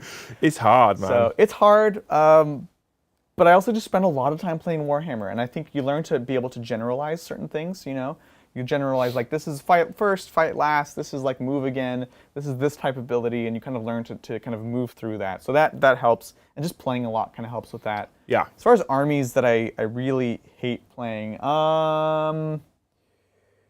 there's ones that are harder to play. I love playing my June Steel Colt. I love playing my Thousand Suns, but I'll feel bad sometimes because those are armies that really benefit from having a lot of practice and experience, and so like. I'll really beat myself up if I feel like I didn't put on as good of a show as I could have for people. As far as playing, not really. If there's one I don't want to play, frankly, I have someone else play it. So Thousand Suns and Grey Knights came out around the same time. And it was also around the same time we brought John to the channel. And I was like, I'm a Chaos person. I wanted to learn Thousand Suns, play them. We were going to get the army. I was like, I'm going to do this. And I said, John, you're going to do Grey Knights. And he didn't play the army at all. Now he loves it. He has a whole collection, got commissioned army and all that stuff. But that was because I was like, you're going to learn these because I don't want to learn them. Yeah. And I can't do both, frankly. And then even Knights, same thing. I have the Imperial Knights and Chaos Knight collection. They're both mine, actually. But both books came out at the same time, and I was like, I just can't do both. So John, will you learn the Imperial Knights? I will do the Chaos Knights. Yeah. And I like my Imperial Knights a lot, but I had to make that sacrifice. So as it is, I actually have never played my Imperial Knights in the new book. Oddly enough. I'm like when the Votan came up, I went into the group chat and was like, who wants to play Votan? Yeah. Because I've got enough armies on. I don't hate play. I currently kind of hate playing my AdMech, but only because they suck. They just suck. It's frustrating, They right? don't do what I want them to do. And the only way to play them is to lean into a certain type of build that isn't the type of build I want to play. So if I want to play them the way I want to play, I love the idea of melee robots. Hell yeah. They don't really work at the moment, which they're okay, but they're also very admin heavy. Yes. Which is not great, but okay. That's fair. The Claven, it turns, question mark. I move everything, you move everything. I shoot, you shoot. You wouldn't be able to clear models until the end of the phase, though. Yeah, that's interesting, because that's like not fully alternating activations. Yeah, that's almost like Apocalypse. That is what Apocalypse does. Yeah. I'm more open to that than full alternating, to be frank. Yeah, If there's a way of making sure you track, I'm into it, actually. Basically, you just have wound pools that resolve at the end. I don't think that's an issue. I think that works. That'd be cool. The fact that you then don't get to neuter someone straight away because they'll get to shoot you back is what I love about it the most. So yeah, I'm into that. I like that idea. I also like the fact that I move to line up shots. You then get to try and move out the way. Yeah. So that you get to react, and I still might not be able to shoot you then, even though I might have drawn an arc. Yeah, which I love. Yeah, actually, I quite like that idea. I think it's super cool. We might do that on stream one day, see how it works. Anthony Norwood says, as a fellow Demon player, what do you think of the FAQ that just came out? We haven't seen it. Well, we know about Bellicor now. We know about Bellicor, yeah. Should I try to pull up the rest? You are welcome to give it a go, yeah. I'll give it a go. So the Bellicor change is a bummer, obviously. But I think we can work around it. I think it gives more of a reason to run the Bloodthirster. You know, if you've seen me play Demons on the channel, I've been a big fan of running Bellicor as my Warlord over the Bloodthirster with the 5-up Feel No Pain. But now there's more of a reason to consider it. It's interesting. I run the Bloodthirster with a different Warlord trait. What are you running with? Ignore rules that ignore damage. Oh, that's good. So I give you just go more killy. I give him the Relic Axe, which gives him +1 damage, and he ignores any modifiers to hit and wounds. That's cool. Right? I give him the Exalted trait, which means he can only take 8 wounds a phase. Yeah. And I give him the Warlord trait, which means he ignores damage, which means if he goes bowling into an Abaddon, he just obliterates him. That's awesome. Yeah. I like that a lot, actually. I'll have to try that out. Give it a go. It's cool. Yeah, let's see. Some of them are obviously typos, where there was an issue with like Brass Stampede. Oh, and this whole issue of malefic weapons, which is not fully resolved, right? Okay. What can you and what can you not modify about a malefic weapon? So like Slothful Claws says add 1 to the damage characteristic of that weapon, regardless of whether or not it's a malefic weapon, because technically before I don't think you can actually modify it. So just a lot of like clarifying on things like that.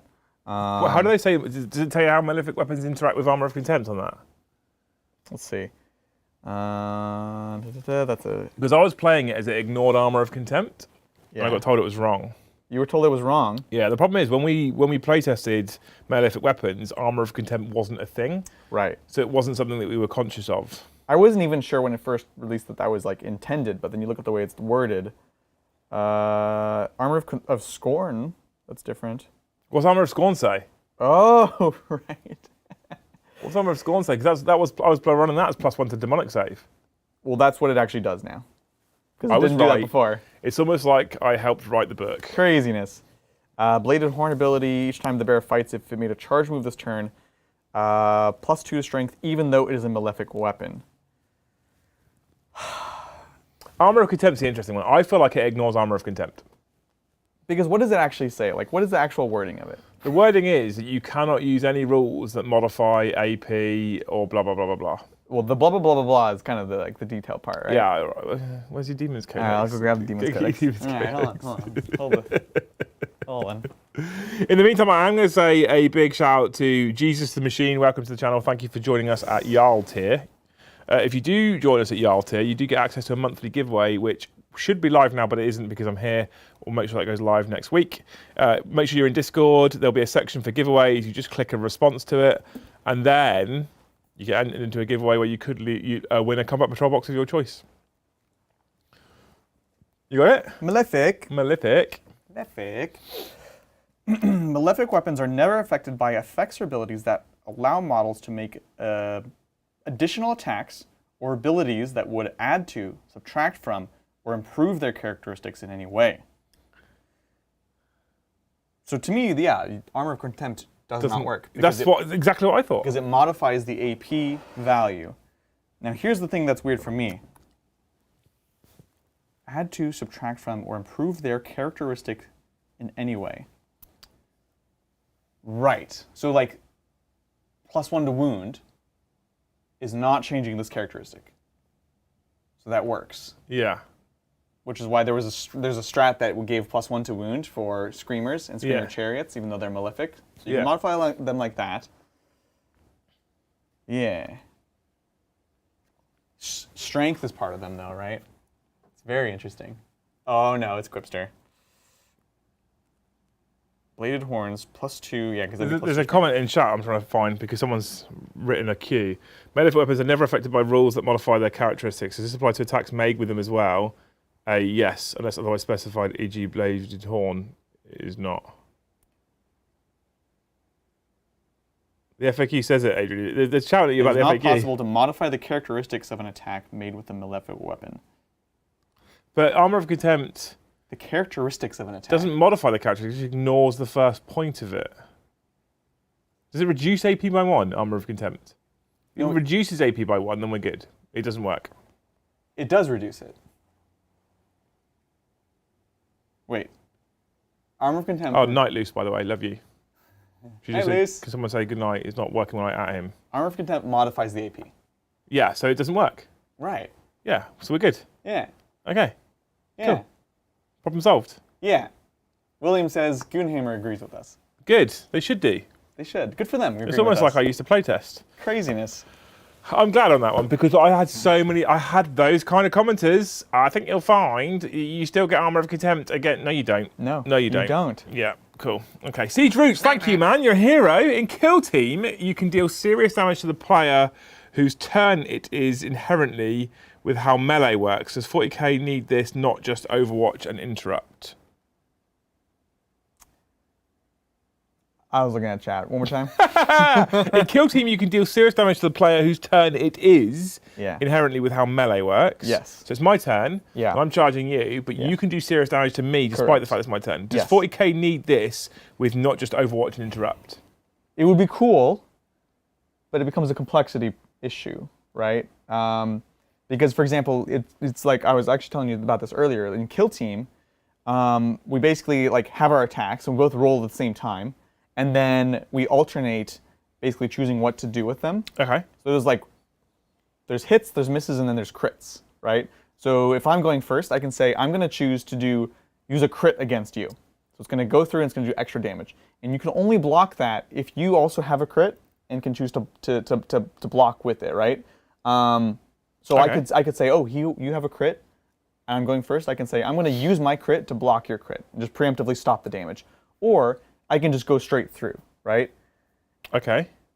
And then, so yeah, you're choosing to like take damage or not take damage depending on those choices that you're doing. So it's not like a given that you just get to go in and like kill the person because you have to like actually alternate, like allocating these things essentially. So it's almost like almost like magic. Yeah, it's how you take it's much more damage. individualized. But that gets harder if you're like, are you doing this for every model, every attack on every model? Yeah. It gets complicated. Okay, that is complicated. If we had computers to do it, no, because then you wouldn't do that system at all. I 'cause feel it's a like decision.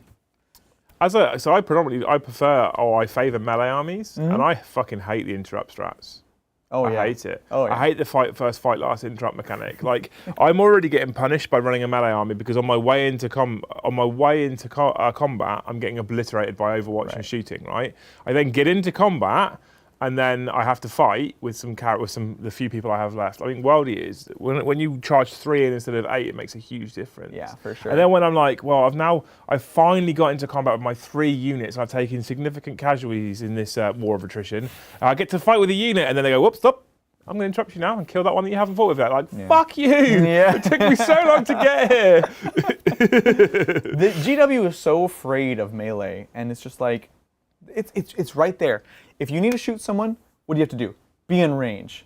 If you have to melee someone, what do you have to do? You have to run across the battlefield, get there, and then fight them, and then there's still interrupts. Yeah. So there's still this dynamic where they're just so afraid of making melee too powerful. Yeah. For semi-good reasons, but not enough to justify. Yeah, so I'm kind of like, no, I don't think we need any of those changes in melee. It's okay as it is. I'd go the other way, if anything. Thank you, William. Wow, hang on. Morissette Leclerc? I think I've said that right. Salut. Should the FAQ about Votan tokens be tweaked to interact better with a different wound on 6 strats, like trying to roll a 6 after auto wounding? Okay, yeah. So there's a couple of stratagems that are in the Votan book that have arguably been classified as defunct, like irrelevant now, simply because of this change. Because they interacted with the fact that you would get auto 6s to wound. Right.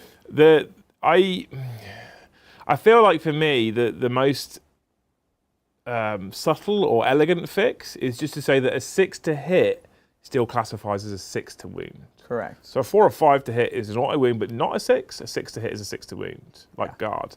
I feel like that maybe fixes it. Because there is a typo basically in there right now, right? Which I'm surprised they haven't changed. At least when they first released it, it said if you have a judgment token, got that right, a 4 or a 5 or a 6 auto hits, but it does not count as a 6 to wound. So your 6 is to wait, what? when you don't have tokens on you, do your 6s auto hit and auto wound, or do you need tokens to do that? You need tokens. Oh, okay. So yeah, they just totally got rid of that. Never mind, don't listen to me. I don't play Votan. Good talk. Good talk. Yeah, so it's weird. They need to do something to make those stratagems that are now currently completely irrelevant work again. Yeah. But how they do that, I don't know. Totally. There is an argument to say, so at the moment, if you roll against a judgment token, and you get a 6 to hit, for example, and they've got a judgment token on them, you auto wound. And what some of the Votan players are saying, well, can I have the option to roll to wound?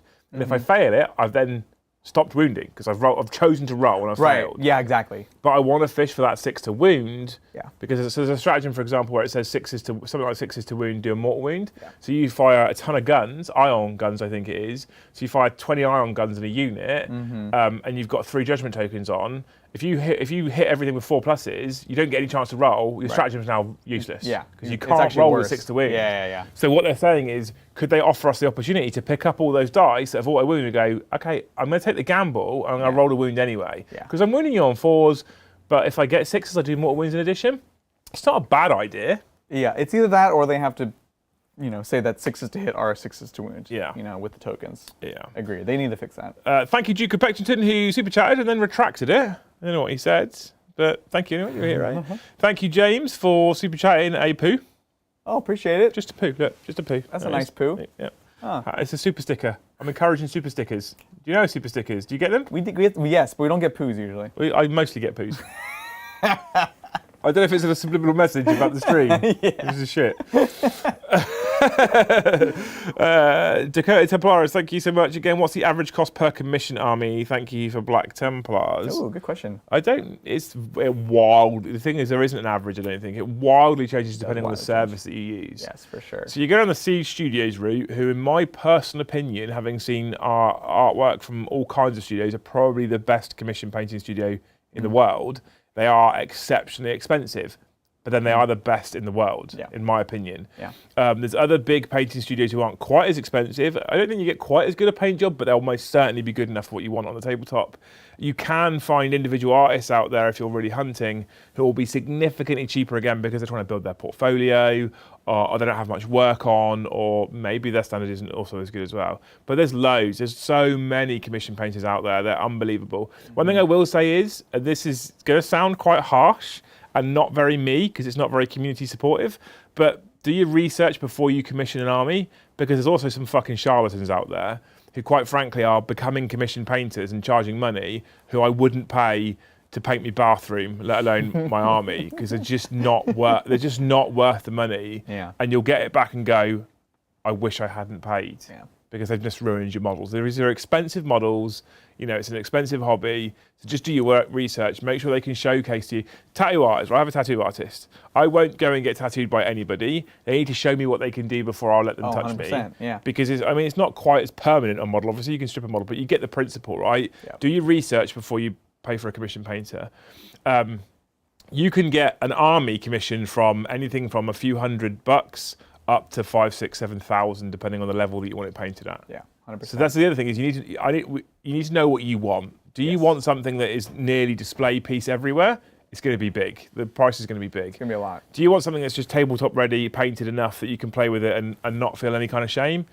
It's not going to be that much, but manage your expectations, basically, what you want to spend. Yeah, and definitely want to echo that concept of like, know what you want, know what you're willing to pay for and what you want, and also what's down to what style you want. Find an artist that does exactly the style that you already want. If they do good work, but it's not the style that you want, it's not a good match, and I would keep looking. So yeah, absolutely. We got another poo. We do have another poo as well, yeah. We'll get to that in a minute. We have a super chat from, for fuck's sake. We have a super chat from a guy who's called himself, he created a new account for this just to troll me, right? Okay. So what's your thought on pugs? Oh my God. My thoughts on pugs? Yeah, what's your thoughts on pugs? This isn't the question, I'm just asking before we get into the question. They're abominations. Okay, good. Yeah. Right. So Caldor Pug Rago, super chat said, do tabletop titans like pugs? If they do, can I have Sanctuary? I just get bullied by Liam on his channel. Look, we'll absolutely offer you Sanctuary. No, he's just called you an abomination. That's why I asked you first before I read the super chat out, right? Because they are fucking abominations. I don't like pugs, but I do love a good English bulldog. Bulldogs are fine. They're not bred to a point where they're basically disabled. But that's not their fault. It's not their fault. We did that to them. We did, but that's why we shouldn't encourage more pugs. I know, but they're cute. Okay, cool. Not pugs. Bulldogs that also can't breathe because they're also abominations. Thank you, Thomas Orbison. How do you deal with painting armies in colours that give you issues? Any advice into getting into streaming like your two amazing channels? Painting in colours that give you issues? I'm assuming colour blindness, I'm guessing? Maybe colorblind or... I'm guessing colour blindness. Please correct me if I'm wrong, obviously. But I don't know how I would fix that as a person who's never really come across it. That's a tough question. At Nova, one of the stream games I played, super nice guy, and I had my Harlequin, so I was like, this squad is this color for the bases and everything, and they were like green, teal, pink, whatever, and he's like, don't bother, I'm colorblind. And those are literally the worst colors you can pick for a colorblind person. It was like green and all those like hues, and I was like, oh, I'm so sorry. Well, ask me as many times as you need, because I don't know what else to say. So I don't really know how to help you on that one, I'm afraid, Thomas. But having said that, second part of the question, any advice into getting into streaming like your two amazing channels? We can help that one, 100%. I'd like to think. Yeah. You go. You've got the more successful streaming channel right now. You go first. Fair enough. A few tips. One, audio is so important. We were talking about this a few days ago. You can have okay visuals and have amazing audio, and your stream is going to feel amazing. If you have great visuals and terrible audio, it's going to just tank your stream horribly. It's just the way that our brains work or whatever. So definitely invest in good audio if you can. Doesn't always mean the most expensive, but there is somewhat of a relationship between that. So good audio, good lighting. That one certainly doesn't have to be expensive. We use, these are just like from Amazon. They're not super cheap. They're maybe like $50 each. From Neewer, Neewer. But if you get like even just regular lamps can be fine if you switch out to like white light bulbs, and you just need consistent lots of lighting. So audio, lighting, And the last thing I'll say is more of like an overall kind of technique I would consider. There's a lot of people doing this kind of content. Frankly, there's a lot of people doing content no matter what. So find your niche, find the thing that makes you unique and interesting, and lean into that. And you can see even on our channels or the 40K channels, the big 40K channels, everyone kind of has a thing that they lean into, and don't necessarily try to just copy everything. Look at what you like. Take what you like, use that, build off of that, but also what's your unique twist that's going to make it interesting. Those would be my 3 big things. Yeah, I think in terms of copying people, I kind of encourage it to a point. Yeah. I am a huge fan of competition. Competition is only good for consumer normally. So I would encourage you to copy people to a point, but one of the big things with that one, and you're right, adapt it, make it your own, sure. etc. Of course, but one of the things I'm a big fan on that one specifically is that is giving credit. Oh yeah, fair enough. So I give a lot. I've done it all this week, right? I've said to everybody repeatedly, we started streaming 40K games because of these guys. So we only did it because of Tabletop Titans. We consider you the gold standard. We try and get to your standard, and we do try and make it our own look and our own feel and what have you. We've tried different things to try and make it our own, but we do copy. But that is one of the cool things, at least for me. Sorry. No, go on. It's one of the interesting things about YouTube is like you can literally see what everyone's doing, and frankly, a lot of the data you can see right there. You can see what works, what doesn't work. You can make your own conclusions about that and test it. And so that's really interesting. Like we do it all the time. You look at what people are doing, what's working, what's not working, what do we like, and to me that's super interesting. In terms of equipment, you're right. The thing is now, equipment's a lot more accessible than it ever has been. Yeah. Okay, so equipment development in the last 5 years is massive now. So things that you can buy now to do streaming in your own home, you wouldn't have been able to buy 5 years ago. Having said that, there is a lot of it out there. There is loads of it. Some of it is very, very good and very expensive, and some of it's very good and not that expensive, and some of it is not that expensive and absolute terrible. So one of the biggest pieces of advice I would do, this is one of the things I lose the most time to. I say lose. This isn't a negative use of time, it's a positive use of time. Sure. But that is research, learning, right? Oh, yeah. And we are very lucky in this age with Google and YouTube that we have a sea of content that will teach you how to do things. If you think, I want to be able to do this thing on my stream, you probably can do it. You just have to find out how. Yeah. But in terms of the equipment as well, if you're looking on the Amazon and you pull up 50 lights that are all $50, do your research about which one is a good light for what you want to do and which one's a bad light. Sorry, I'm about to say this. Don't be obsessed with 4K for YouTube specifically. Yeah. Because 4K is great and it that. is a cleaner image. It just is a cleaner image. But in terms of how YouTube compresses video content, etc., it's negligible in difference to 1080p. Well, plus also think about your audience, right? Do your research on who actually has access to 4K, all these different things. I'm not going to say 4K was a mistake, but a lot of people come into streaming world and go, I need to be S tier straight away with my quality. No, yeah. Right, you're right. First of all, I 100% agree. Audio is more important than video. If you're kicking out a stream with, when we started, we had 3 cameras only. We had top down, we had dice cam, we had a main camera. That was it. We've added a 4th camera. We don't get the best use of that at the moment just because we've got a tiny studio. But we only needed 3 cameras, right? And we did it with 3 cameras. I think we actually started with 2 cameras and a webcam. And fed the webcam in as the dice cam. Right, Audio is definitely more important. If you're kicking out 1080p, that's all you need. That's all you need for a stream. Don't stress about having 4K 60. Don't stress about, you can upgrade tech. Remember, you can upgrade tech as well. You want to future-proof to a point, but I have lav mics that are probably half the price of these guys' lav mics right now, okay? You don't need to come in at this biggest, because what you'll end up doing is you spend literally thousands of dollars or pounds on equipment that you then go, this hasn't actually, this isn't going to make the stream better. No, it only takes you so far, right? It does, yeah. So. And then the other biggest advice for me for streaming, I mentioned it already, right? Dead space. I hate dead space. Right? Streamers that go quiet or streams that end up with dead space are bad streams for me. So I did this, right? You're all going to laugh at me. I don't give a fuck. We're giving some advice. I did this. I was making streams to a channel that was unlisted that no one could see, just practicing talking constantly. That's funny, yeah. And I would play mock games for a bit. It's just the way I did it, to get used to just presenting all the time.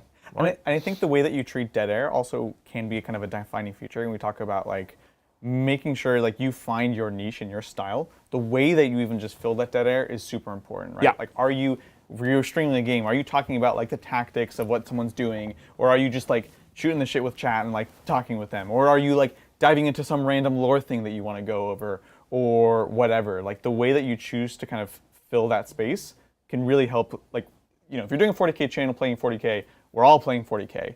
So the base thing is the same, but it's like the ways that you choose to kind of like build off of that makes you unique. You can also you can have 2 3-hour streams, right? One on either side. One of them's got tons of dead space, and it can feel like they're the same time, they're the same amount of streaming. Yeah. One of them can feel laboured and hard and laggy, and one of them can feel punchy and quick. Yeah, and totally. It's how it's presented and how you get through certain things. If you're launching a 40K stream and you've done a 45-minute intro before you roll a dice, that's bad, right? If you've done 20 minutes, that's a hard one, dice, man. that's pretty good. Yeah. So once you've done all what we've just said, so you've sort of found your niche and the thing that you want to do that kind of makes you you. You've looked at your equipment and you've got the basics that you need to put a stream together. And you use YouTube and you will use software like OBS. We all do because it's brilliant. And you've got everything ready and you start streaming. Just start streaming, okay? Don't ever worry about your audience. Always pretend you've got an audience of 100 people watching you. For sure. Always pretend that, because at some point someone will stumble across your stream. And one of the things I find streamers struggle with the most is they get so excited because someone's there, and then it gets awkward really quickly, right? So just don't do that. And then you will, as part of a YouTube channel or as a streaming channel in general, you might be on Twitch, I guess, you will have social media. You'll have Facebook, you'll have Instagram, you'll have Twitch, Twitter, sorry. Start reaching out to other content creators. Yes. People want to help each other. Don't be afraid to right? ask. If your product's decent, if you've done everything we've just said and your product's semi-decent, people will want to help you. Reach out and say, hey, I'm a small channel. Even if people like us just giving you a shout out on a chat show like this, that can gain you 20 subs. Oh, for sure. We do raids on this channel where we go and raid other channels. We'll go and find another channel and we'll say, everyone go and sub to this channel, right? And we've had channels go from 20 to 100 subs in one evening. So cool. Because we've gone and raided them. I love that. Right? So use social media, come and find people like me, like Titans, those guys, and say, hey, look, I'm doing this. I love your stuff. Here's what I've done. This is what I'm making, so that we're making sure we're not affiliated with someone terrible, or because there's some not very nice people out there. There's some channels out there that I wouldn't want to be affiliated with. Yeah, fair. Naming no names, Arch Warhammer. Right? Okay. That's what I would say. Go through those steps in that process. You'll be fine. And the most important thing, have fun with it. Have fun. You have to make this, like, this should be something that's enjoyable, and frankly, you gotta have to keep doing it, you know? And if it's miserable or whatever, it's just like right now as well, there's a tiny channel in chat asking for a shout out, right? Yeah. So you can go on over and check out Play on Tabletop. I haven't heard of them. Are they good? They're all right. All right. They're okay. All right. Look, that's a big compliment coming from an English They started streaming as well, like copying you guys, I guess. Yeah, that's what I heard. Amazing. Oh, we love Play On. Play On's amazing. Hey, what's up, guys? What you guys should also do, if you haven't already, is go ahead and click the subscribe button down below. It costs you nothing. Go click on that and consider becoming a member. Really amazing stuff, amazing community. And if you're also from the Titans community, check it out, because these guys have a lot in common with the values that we do. So definitely really highly recommend it. Definitely hit that ! member button in chat. ! member, and it'll give you a link, right? And then you can pay my dinner for tomorrow. Yeah. James Hobbs, how many Markerlight Judgment tokens, Crossfire tokens, do we need on the board before you can just smash someone's army with a hammer? I know. I don't. The thing is, if you're playing Tau versus Votan, every time you do a Markerlight, they get a Judgment token. You get a Markerlight. yeah. Every time you do a Markerlight, they get a slightly better Markerlight than you had, right? So, wild, man. Because it's an action now. It's an action, yeah. It's an action. I don't think there's an answer to that, James. I don't think you can have too few. Just smash the table with a hammer anyway, right? Yeah. Big shout out, John McCardle. Can you please, for the love of Jesus fucking Christ on a cracker, fix the Friday wheel to land on Heresy? Heresy? Also, could we add to the wheel, force John to paint a model or unit on stream? Oh man, I think that would break him. That's amazing. Like the whole Friday stream, it's like not a game where it's just John painting with one model. I love it. I'm super into this. This is amazing. I feel like if we did that with the heart monitor as well, that's just primetime content. Dude, the heart monitor feature was like the best idea I've ever heard. There's someone linked something in your Discord. They sent you a link to this API for heart monitors. Bridget can plug into the stream. Oh, 100%. Which is incredible. 100%. Then we've got the poo from Crypt Shadow, right? What's up, Amazing. Crypt Shadow? Perfect. Hey. Play On added to what we were just talking about by saying, be inspired, adapt, find your own voice. Definitely agree. Yeah, 100%. 100%. Another big shout out to John, who says, what have you done on Table of Titans that you thought that you thought would be super popular, and this is interesting actually because we've talked about this, that you thought would be super popular and wasn't, and then vice versa, something that hit big that you thought was a throwaway, not going to be popular. So start with the first one, something that you thought would be huge and then ended up being a bit of a washout. Yeah, thanks, John. Appreciate it. Well, I've alluded to it a bit. It's those pre-recordeds, you know. It's like it's so much work, especially when you're just starting off. With the format, you know, we have our live format. We spend a lot of time polishing it, developing it. We obviously do it all the time. The pre-recorded was so much of just like conceptualizing, like how do you present all this information? How do you tell a story? Like how does all that kind of work? And how do you fill that in with the pacing? What do you like from what you've seen? What do you want to do differently? And I don't even want to count the amount of hours, right? Like you spend a certain amount of hours developing a new concept, understanding that it'll get faster and faster and faster. But it was just so intensive. And then it came out and nobody watched it. We would just about the time thing very quickly. We were talking about the time thing. So Play On are in chat, right? Play On probably the best produced pre-recorded Battle Report content in the world, right? By far. Totally. And we were talking about it when you were in the UK before. I was like, I was talking to Play On, and they said it takes like 70 to 80 man hours. Yeah. And you were like, no, there's no way it's that fast. It's fast. Right? It's so That's fast. how much time it takes. Anyway, carry on. Yeah, no one watched it. It's crazy fast. Nobody watched it. For whatever reason, they're used to the live shows. We didn't do it as a stream, whatever. Like, whoa. So there is a certain amount of like, this is a new, like, this would be like a new series, a new product, whatever. You have to kind of keep going on it. So yeah, that was the big one for sure. As far as things that I expected to be small but blew up, gosh, there were a few, but I'm kind of blanking on it right now. Do you have any while I think about that? Any that surprised you? There's a few.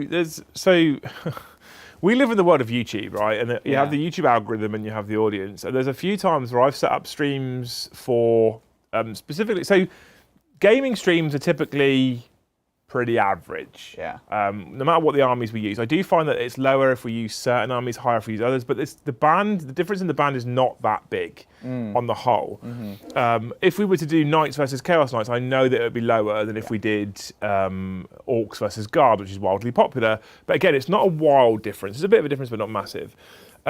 What I find super interesting, and I am talking about just live audiences right now, not views after the fact, is that sometimes I'll put a topic in that I'm like, I reckon this will be really, really interesting for people, and then you end up with a normal number of viewers. Yeah. And sometimes I'll put a throwaway topic in, Yeah. and you end up with 400 viewers. 100%. And you're like, I don't get it. Yeah. I don't understand. So there's a couple of times I did a video, and I did put a clickbaity title in. I'll confess this as well. All right, Mikey. All right. Wow. I mean, I don't have my chat on screen. Oh, God. Hurtful. So we do have I did do a clickbait title a couple of weeks ago, and I basically said it was squats why I'm not reviewing this book. That's what it was. Why I'm not reviewing this book. Yeah. And I normally get a couple of hundred people max on the Wednesday show, which for me at my size is pretty good. Totally. Super impressed to see all you guys here tonight. Thank you so much for joining us. Hope you've hit that subscribe button and you're thinking about becoming members because this is amazing content, obviously. And we're staying here now, right? Obviously. Staying forever. Yeah. Anyway, so we normally hit a couple of hundred. That was more than double. Right. I just didn't expect that 100%. and I wasn't anyway, yeah. So that was one of those ones that really surprised me. It's great. You never know when it happens. I realized probably one of the biggest ones was when we did Legion. Oh, okay. People I think are really starved for Legion content, and again, Play-On's in chat. I think they had a similar experience where it's just like there's a lot of people hungry for this kind of content. There's not a ton of people doing Legion stuff. Like Zorb's doing some stuff, but we did it. A lot of the time, you get a small group of people that are very vocal about a game. Play Necromunda, play Blood Bowl, play whatever. And we do it because we are excited about it and it's cool and all that stuff. But then like the reaction is, kind of like middling. And so we were like, we're going to do Legion. We had some lovely members send us like literally entire armies. So like, we're going to play it. But we weren't really expecting any bigger response than like these other kind of smaller communities. And it just like, did at least, if not, I think a bit better than a 40K battle report. Yeah. And we're like, what is this? This is crazy. Like people really want to see Star Wars Legion.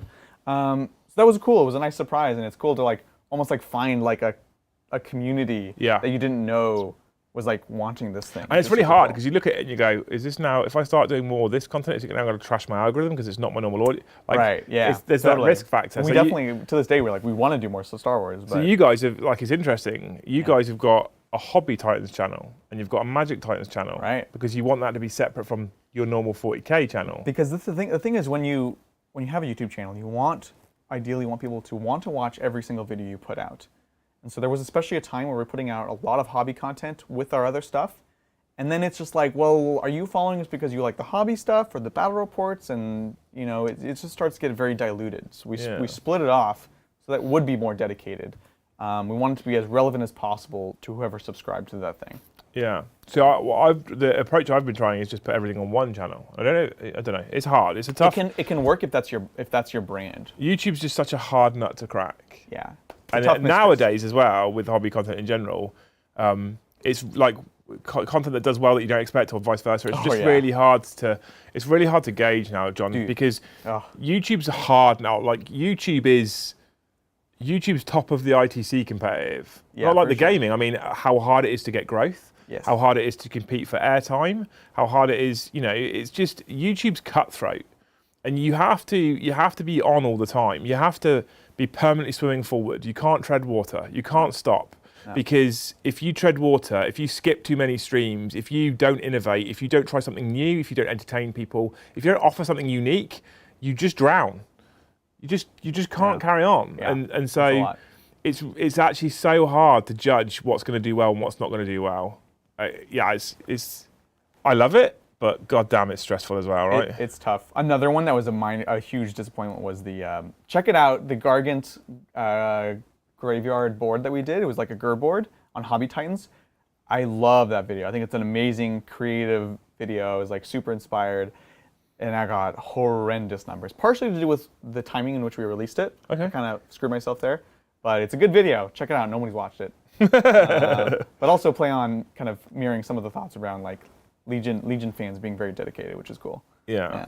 They then said it's not that hard. Fuck off. It's not that hard. Yeston Jones, thank you. Also, only have worse players than yourself on streams. That's one of his tips for streaming. It's a good tip. Yeah. That's why I have Brom. So between the Tabletop Titan stream and Liam's, thank you, Richard, by the way, we are at multiple hours of just talking 40K and shite. Keep up the good work, fellas. Thank you so much for the... We have now done... Yeah. I've said, I'll come and work for Titans or with Titans. Yeah. We'll merge channels. What do you reckon, team? Merge channels? Should we do that? We can merge the channels. And you've got Hobby Titans, Magic Titans. We'll create Titans After Dark.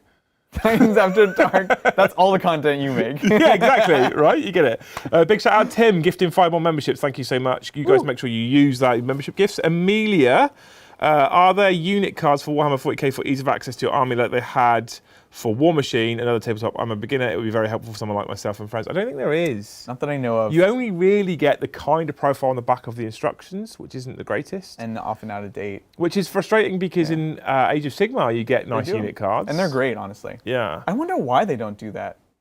Yeah. I guess the app is the closest we get, but it's not the best, but it does kind of do what you're asking. I swear the Sigmar team just does some things they really get some things right. Like the General's Handbook. Have you seen this book?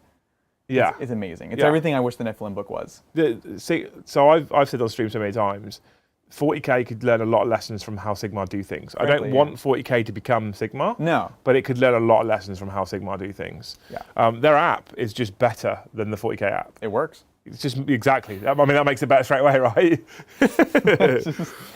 So a bit of a terrible answer for you, Amelia, really. I mean, I guess you could make your own. I know a lot of people that make cheat sheets. So what they'll do is they'll create their army list in Battlescribe, and then they'll print from Battlescribe to create their cheat sheet. And they'll also add, so they'll take the unit description from Battlescribe and they'll add a spreadsheet of like statistics. So it takes some time, and it means you've got to do it yourself. Yeah. But you can create your own cheat sheet stroke card. So that's the first thing you could do. Yeah. The 40K app isn't the worst in the world nowadays. It's better. It's not great. It's better, which means you can go in, search for the unit type, go and find it, and it will give you the statistics that you need as well. And it gives you all the rules for it in one place as well. It's not great, but it does do what I'm telling you it should do. Yeah, you could feasibly like build your army on Battlescribe, but then as far as like looking at individual units, it is more pleasant to use the GW app. Yeah. So you could use that just for that part of it. Yeah, I hope you. I also hope you've been abusing Joe as well, asking him about Black Legion. I'm sure it's you that asked him about Black Legion builds, so I hope you've been messaging Joe about that. So, and I hope he's been helping you. If he's not been helping you, let me know. Ogre Barbarian, heyo, I'm wanting to build a Disciples of Bellicor for tourney use in the near future, sporting Big B and Abominant, a pair of Master of Possession as my Psychers. What sort of unit should back them up for Chaos? Oh, good question. Master of Possessions. So, what do you think? There's a lot of ways you can take it, right? Because you can take more CSM, more demons. Just take all flamers. Looking at what he's taking, I think I'd probably go down the route of more CSM. Because one Bellicor is 25% demons, which means he doesn't break his CSM faction benefits, right? I forget. I don't know how it works with the new Disciples of Bellicor. Oh, I don't know. Because they're just one faction now. I think they are still just one, so it doesn't super matter. But you do have to space around your marks or whatever, right? Yeah. I think I'd take a big blob of Terminators with Master of Possessions. That'd be cool. Because you can heal Terminators back, put them back in the unit. Yeah. Right? And you can teleport them with Bellicor. Yeah, and you can give them 4-up invert markers each, Terminators, and then you ignore the first damage. A big block of Terminators is not a terrible shout. Yeah. Maybe Obliterators. Master of Possessions help those still, I think, don't they? Yes, they do. Yeah. Yeah, they do. And I really like Obliterators with Disciples, again, because of Shadow Step. You can jump them. And that's Possessed. Possessed? Demons with Bellicor. But I don't feel like a lot of those things don't work anymore. Do they even have the demon keyword? Possessed has demon keyword, don't they? I think just demon kin. Oh, it might be. Yeah. I don't know. They got rid of so much of that cross compatibility. Lame. I don't know then. I'm not sure. I think they're not bad with him, but it's not necessarily for the synergy. But yeah, you also have the fallback of Flamers, which are just the Flamers are just amazing. Just incredibly good. That's like the most competitive option, right? It's like 3x4, 3x5 of those. Yeah. But I definitely agree with all the other choices too. No, that's what I would go for. Just take all the chaos things, right? Yeah, take all the chaos things. Thank you, Jesus the Machine, for gifting 5 memberships. Hey. You legend. Make sure you guys are using. Oh, you are. They've all gone already. There we go. Then Vex, if you had to pick one army to play forevermore, what would you play? I feel like it has to be the Orcs. It's tough because they go in and out of being super compelling to play, right? Like right now, I'm mostly playing Harlequins because they're the most rewarding to play, and they're like a close second. But Orcs, I just love. I love the model range. I love the vibe. I love painting them, working on them, and they're a very big army, so there's lots of options. So it would still be them. Orcs. Wow. Yeah, just one. I'd probably have to go to Aldari. That's cheating. That's a codex, one army. Taudari? Eldari. Oh, okay. Not Taudari. I heard Taudari. I'm like, what is this, 6th edition I have again? no interest in playing Tau ever. Thank you. Eldari, I think. So, I mean, it is a little bit cheating because Harlequins are in there.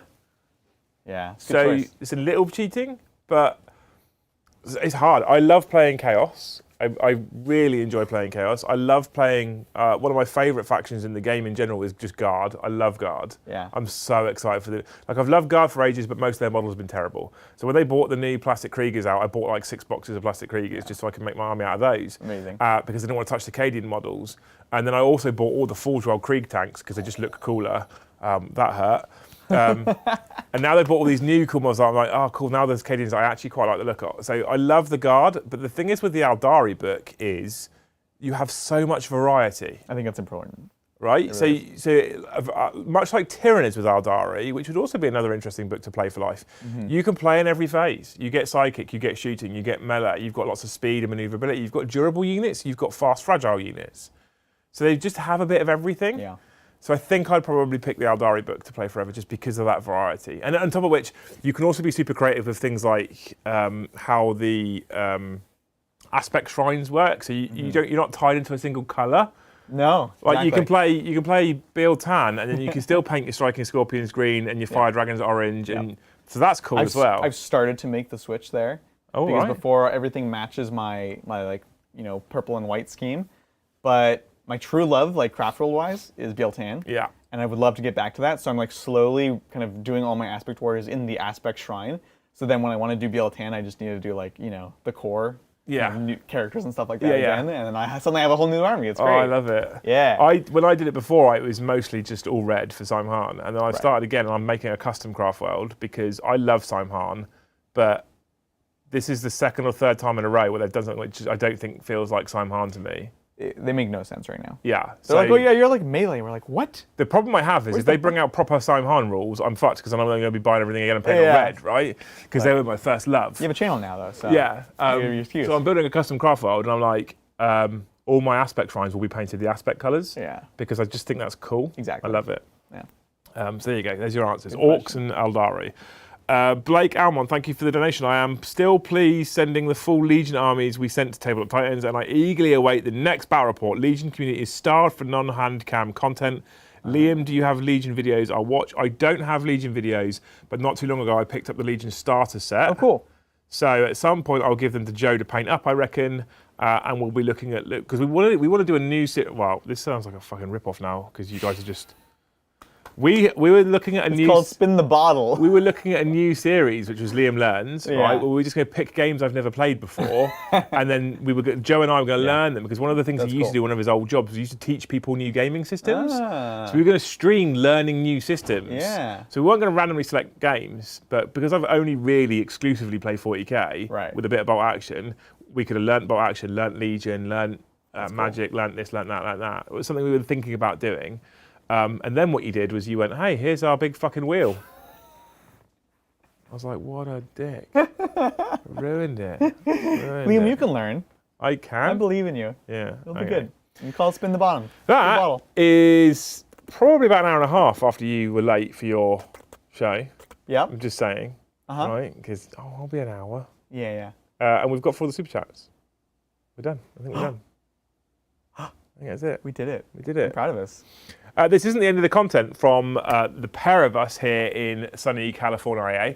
So tomorrow we do have another stream, which will be at 11:30 UK time, 11:30 Pacific Standard Time, 7:30 UK time in the evening, where I'll be taking on Adrian. Dr. Mel's in running the deck for us. She's producing. It's going to be a ton of fun. I want to say a massive thank you for all of you people that came across from Titans. I might actually move the stream from now on to 9 p.m. UK time from 8:30, so that I don't, because when you get to starting your actual hour rather than an hour and a half, I don't. I appreciate the we faith. We don't compete anymore. And then we'll come raid you. It'll be great. That would be great for me. Yes, I'm okay with that, because Mel set a 20k target, which I don't think you're going to hit. You're not really trying very hard. I know, guys. We really need to. These are rookie numbers. Mel made promises. we gotta make sure you subscribe to the channel, and really consider becoming a member, because it's amazing content. A huge shout out to all you people that super chatted your questions tonight. I'm sorry we haven't got to normal chat questions. There were so many super chats to get to that we've done nothing but talk about super chats all the way through, and we've got to the end of the show. So massive shout out to all you people that super chatted. A big shout out to all you people that gifted memberships, and a big shout out to those of you that chose to become members yourself. I really, really appreciate it. You're all incredible people. Thank you so much. We literally, both of us, can't do this stuff without people like you. Yeah. So you're the most important people we have. We can't do it without you. Thank you so much. Like I said, tomorrow we've got another stream in the evening. 6 p.m. Pacific Standard Time, and then 2 a.m. UK time. Titans have another stream, which is your first ever narrative. I'm so excited. It is, of course, the merry month of Orktober, so we're kicking off our brand new Narrative Crusade series featuring my orcs against John, Jonte, and the Blood Angels. It's going to be a ton of fun. Lots of Warzone clips, lots of narrative things, playing with Crusade missions. People have asked us for literally years since Crusade came out, and we're finally doing it. So do join us. We'd love to see you guys there. It's going to be a ton of fun. Yeah, you're all awesome. So thank you so much for your support. Thank you so much for being members. Thank you so much for super chatting. Just thank you so much for hanging out with us, because it's incredible. We have one last question that's just snuck in here, and the person in question has just walked into the building as well. One last question from John McCardle. When is the T-shirt with Bridger on it with Hardy Ha Ha? Oh my God, he's a monster. I think we broke him yesterday, honestly. He's been that was the 6th hour of streaming. Yeah, it was a lot. I was like, what is he doing? It's so un-Bridger-like, but yeah, he's been doing a lot of work for us. So anyway, a huge shout out to you guys for joining us. The numbers have been bigger than I'm normally used to, so I'm assuming there's a load of new people joining us. Love you very much. Thank you so much. That's about it from me. Anything you want to add before we go? Anything you want to shout out? Look, again, if you guys haven't liked, if you haven't subscribed to this channel, you absolutely should. It's amazing. It's incredible. And honestly, you guys are really cool. It's been wonderful hanging out in the community. I'm looking forward to seeing you guys tomorrow in the AM for us here, in the evening for you guys. Thank you very much for watching, and we'll see you in the next one. Bye.